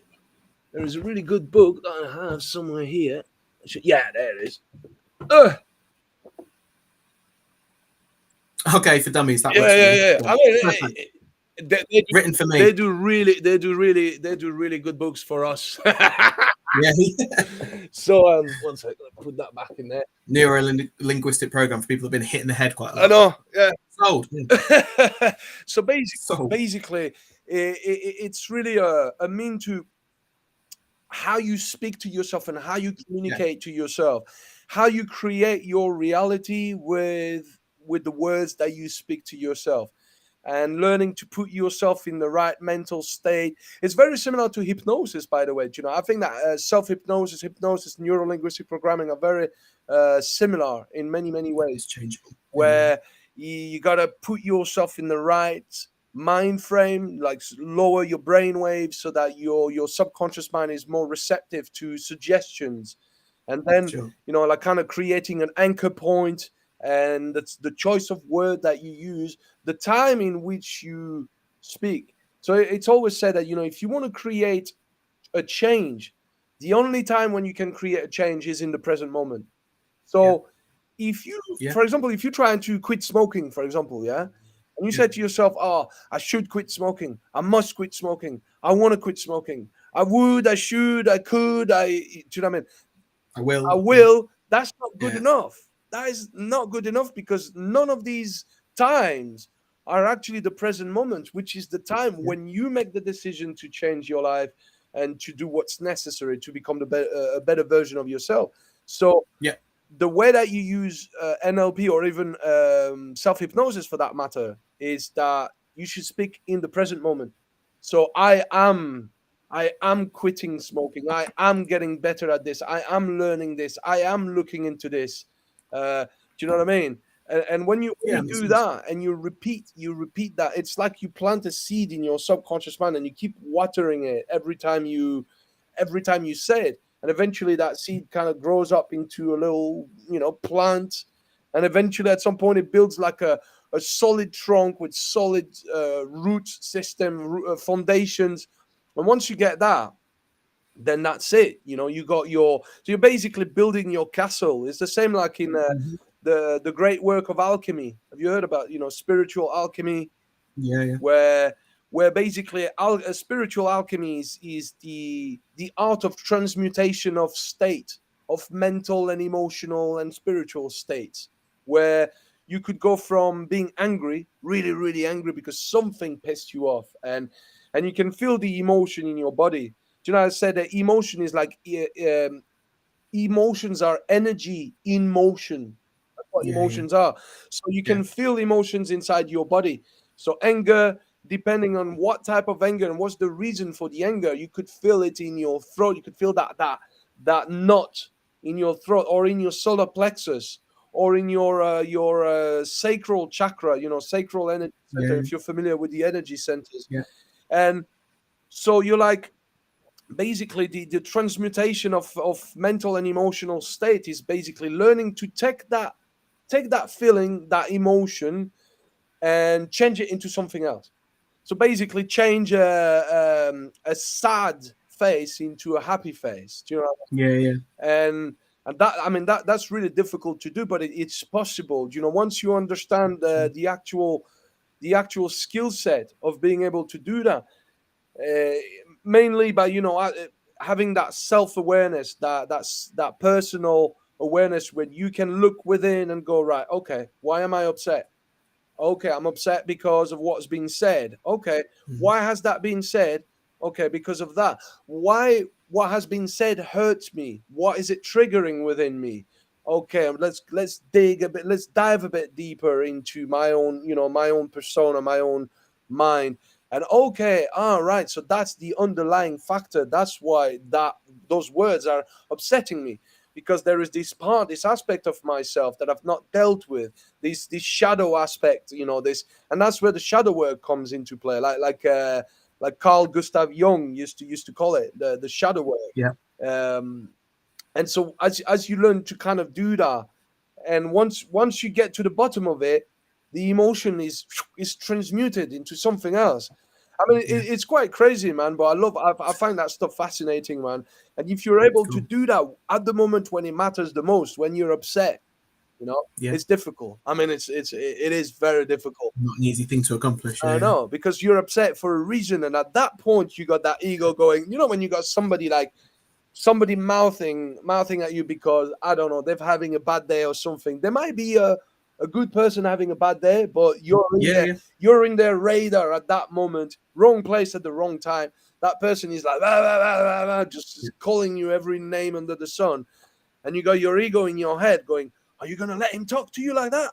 It's yeah, like, "Are you gonna? Who the fuck is it?" Do you know what I mean? Like, and then you're like, you know, you're tempted to reply, to answer, and then, you know, if you learn to kind of hear that voice that's not coming from the head, not the ego. I always said the ego comes from the shadow of our mind, because that's where the ego can hide, because the ego needs to hide, because if the ego didn't hide, then we would see it and we would avoid it. Do you know what I mean? yeah, And it's yeah, yeah, up to us to shine the light of our consciousness onto the darkness of our psyche, and the light comes from the heart, and that's where the higher self, the voice of the higher self comes from, where you're like, okay, do you know, it's like when I said to you the other day when I was judging that guy that was obese, you know what yeah, I mean? That voice came from the darkness of my psyche, my ego. Oh, look at that fat guy. And then I had like that voice. I had to kind of extract that voice from my heart, going like, "Come on, dude, what are you doing? Why would you do yeah, that? sure. Why would you say that?" And that would be, you know, that would be that voice that's basically shining like a flashlight in the darkness. With like, "Oh shit, there you are." Do you know what I mean? Yeah, And yeah, so all this is interconnected, man. That's why I love esoteric teachings, because it's all teaching us to know ourselves. You know, like the old yeah. saying goes, "Know thyself." Know thyself. Yeah. Yeah. Yeah. Even people like Sun Tzu, you know, came up with shit like that, like Oh know boy, yeah, yeah, yourself, know the enemy. yeah. Like, but the truth, you know, the best thing is not to have any enemy at all. Like, it's just completely Absolutely. get rid of that warlike mentality. Okay, we can access this. It's good to know Yeah, that you can access that aggression on switch called clinical aggression. when you need it. As we said earlier, better to be a warrior in a garden That's than a it. gardener in a war. Yeah, But it's just be a nice person. I not think who that we just are. translates It's over not time. who we are in real life. It's not who we want to be all the time. It's exhausting, isn't it, to go everywhere and Yeah. be like, Yeah, yeah.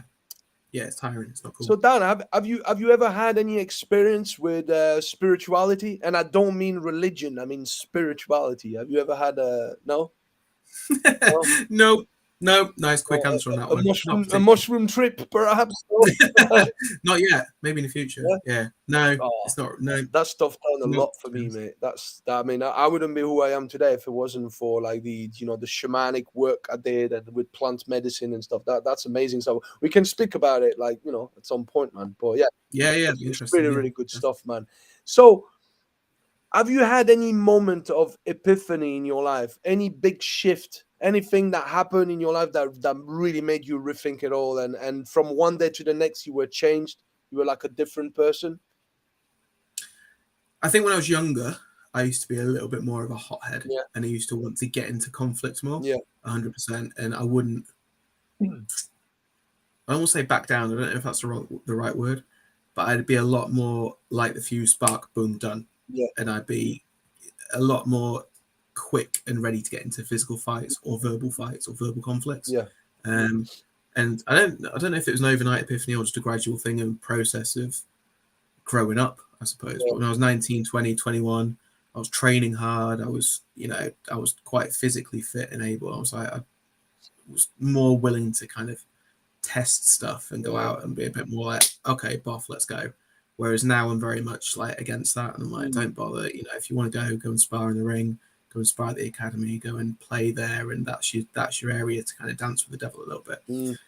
So I'm not sure if that's an epiphany or anything like that, but if it's just a slight mindset shift of growing up and then just understanding that you just want to be a nice person, you want to get on with your life, you want nice people to be around you, not really one for like negative people and like energy drainers that kind of, I've got an idea or something, people are like, oh, well, I wouldn't do this, or I wouldn't do it, or I wouldn't. I'm like, you're not really going to be in my circle. I want people like, cool, that's a nice idea. How can we make it work? Or how can we do this? Like, I'm a big ideas guy, and they won't all come to fruition, but I like having a goal or a process or something, a project to work on. I like that. And if I've got people kind of going, oh yeah, but what about if this happens? Or what about if that happened? I'm like, fuck off. Like, yeah. PMA, positive mental attitude. Yeah, exactly. You're deflating my balloon. Like, piss off. Like, take it somewhere else. So I only really like to have in my immediate circle, in my social circle, not in professional circle or anything, but in my social day-to-day circle, like positive people. It's like you want people that are throwing logs on your fire, not people that are pissing exactly. I don't don't piss on my bonfire. Like, throw logs on it. So I just have like a last couple of questions that I ask everyone all the time. I like to finish the interviews with those questions. If you could go back in the past and do something differently, what would it be? Interesting. My first reaction was to say, start a different martial art like BJJ, or go and find a JKD instructor back when I was like 6 or 7 or something. That was my first reaction. But then I was like, is that fair? Because that is a disservice to maybe Aikido and my years doing that, which obviously led me on to then doing different things and things like that. So what I'll say is adding like a striking art or adding something in my martial arts as opposed to just doing Aikido. So I think if I could go back, I'd add something like Muay Thai or JKD or BJJ, another art into my Aikido. Because I think Aikido took me as far as it could. But I would have liked something growing up as well that was more. A bit more of that. So I'll probably say that. I go with that. I think I'm thinking quite similarly than you do as well. I would have liked to maybe get into the Thai boxing and the boxing earlier than I did. Because it would have gave me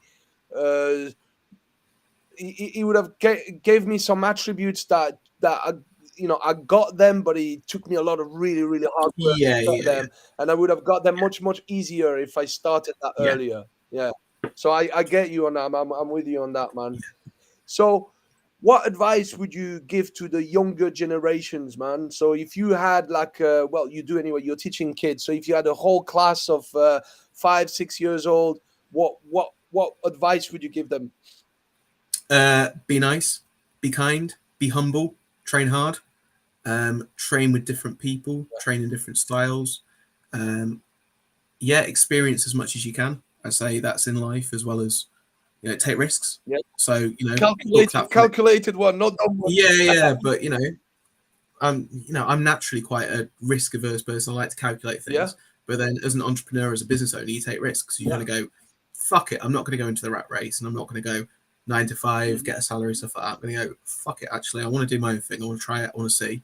And, I'm in a privileged position where I had the backing of like my parents and my family, so I could do that. But I know a lot of people didn't have that backing and things like that. So I know I'm very privileged in the fact that I could go, fuck it, I'm going to give it a go. And I knew that I was never going to be homeless. I was never going to be absolutely broke.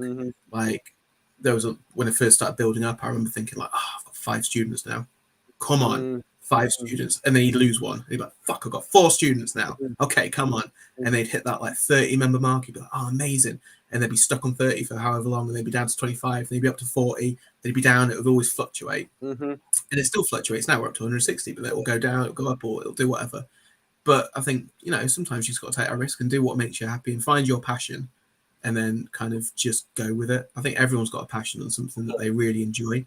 And I think if you can make that a job, I think that's a really good thing. But you've also got to be mindful that it becomes a job. Yeah. So you've got to be mindful of the fact that sometimes you can lose some of that passion. Yeah. But you've also then got to check yourself and kind of go, fuck, you could be working at Tesco. Yeah. Yeah. Or you could be working, but, I don't know, doing some shitty job that you hate that pays crap. And you actually go, I don't want to teach that 4-year-old class today. And you go, check yourself, Dan. Yeah. Like, come on, you got to do a 45-minute class with people where you just get to run around with kids and like bop them on the head with a pair of pads and make them punch stuff.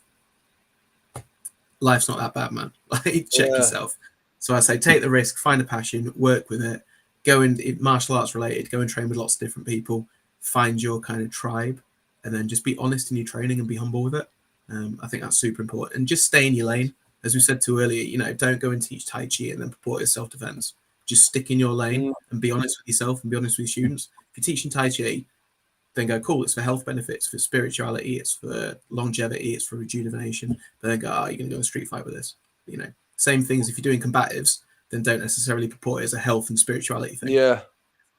Know your area and stick with it. And, that's it. Or be honest about what you're doing. If your tree has got many different branches, then just be honest about what each branch is. That it's different 100%. from that and that and that. I intend to branch into things in the future, Dan. That's something I've been thinking about it. I intend to. Okay, people know me for combatives. Well, I intend to branch into the combative, the sport aspect, the self-defense, the violence prevention. There's going to be a lot of things in the future. So good advice, man. Last question to close it, man. If you had the power to change the world at will, even if you needed like superpowers, man, even if you had if you could change anything you want at all about the world, what would you do? Get rid of ChatGPT. Yeah. The power to change anything. Yeah. I think I get rid of people's egos. I think ego causes more drama than anything else could. So I think I just have everyone just be nice and humble and be able to check themselves and check their own egos. I think if you just click your fingers, everyone can check their own ego and manage their emotions. I think the world would be a lot better place. Absolutely. I think of wars, religion, blah, blah, blah. Oh, maybe I get rid of religion. I might do that, actually. Controversial. Maybe I get rid of that. Check people's egos. Yeah. That's a good one, man. That's a good one. Cool.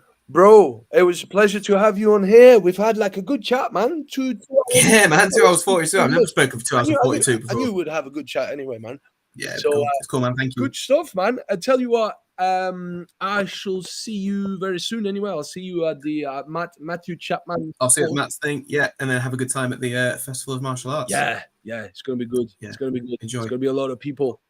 So next year. Is there anything that you want to plug in? I know you said about your website. Have you got any seminars coming up? Any courses that you sell? Any stuff like that? Just to be No, not really. So usually it's just quite intricate. We're just in Lincoln based. So if anyone's in Lincoln, they're obviously welcome to come check me out.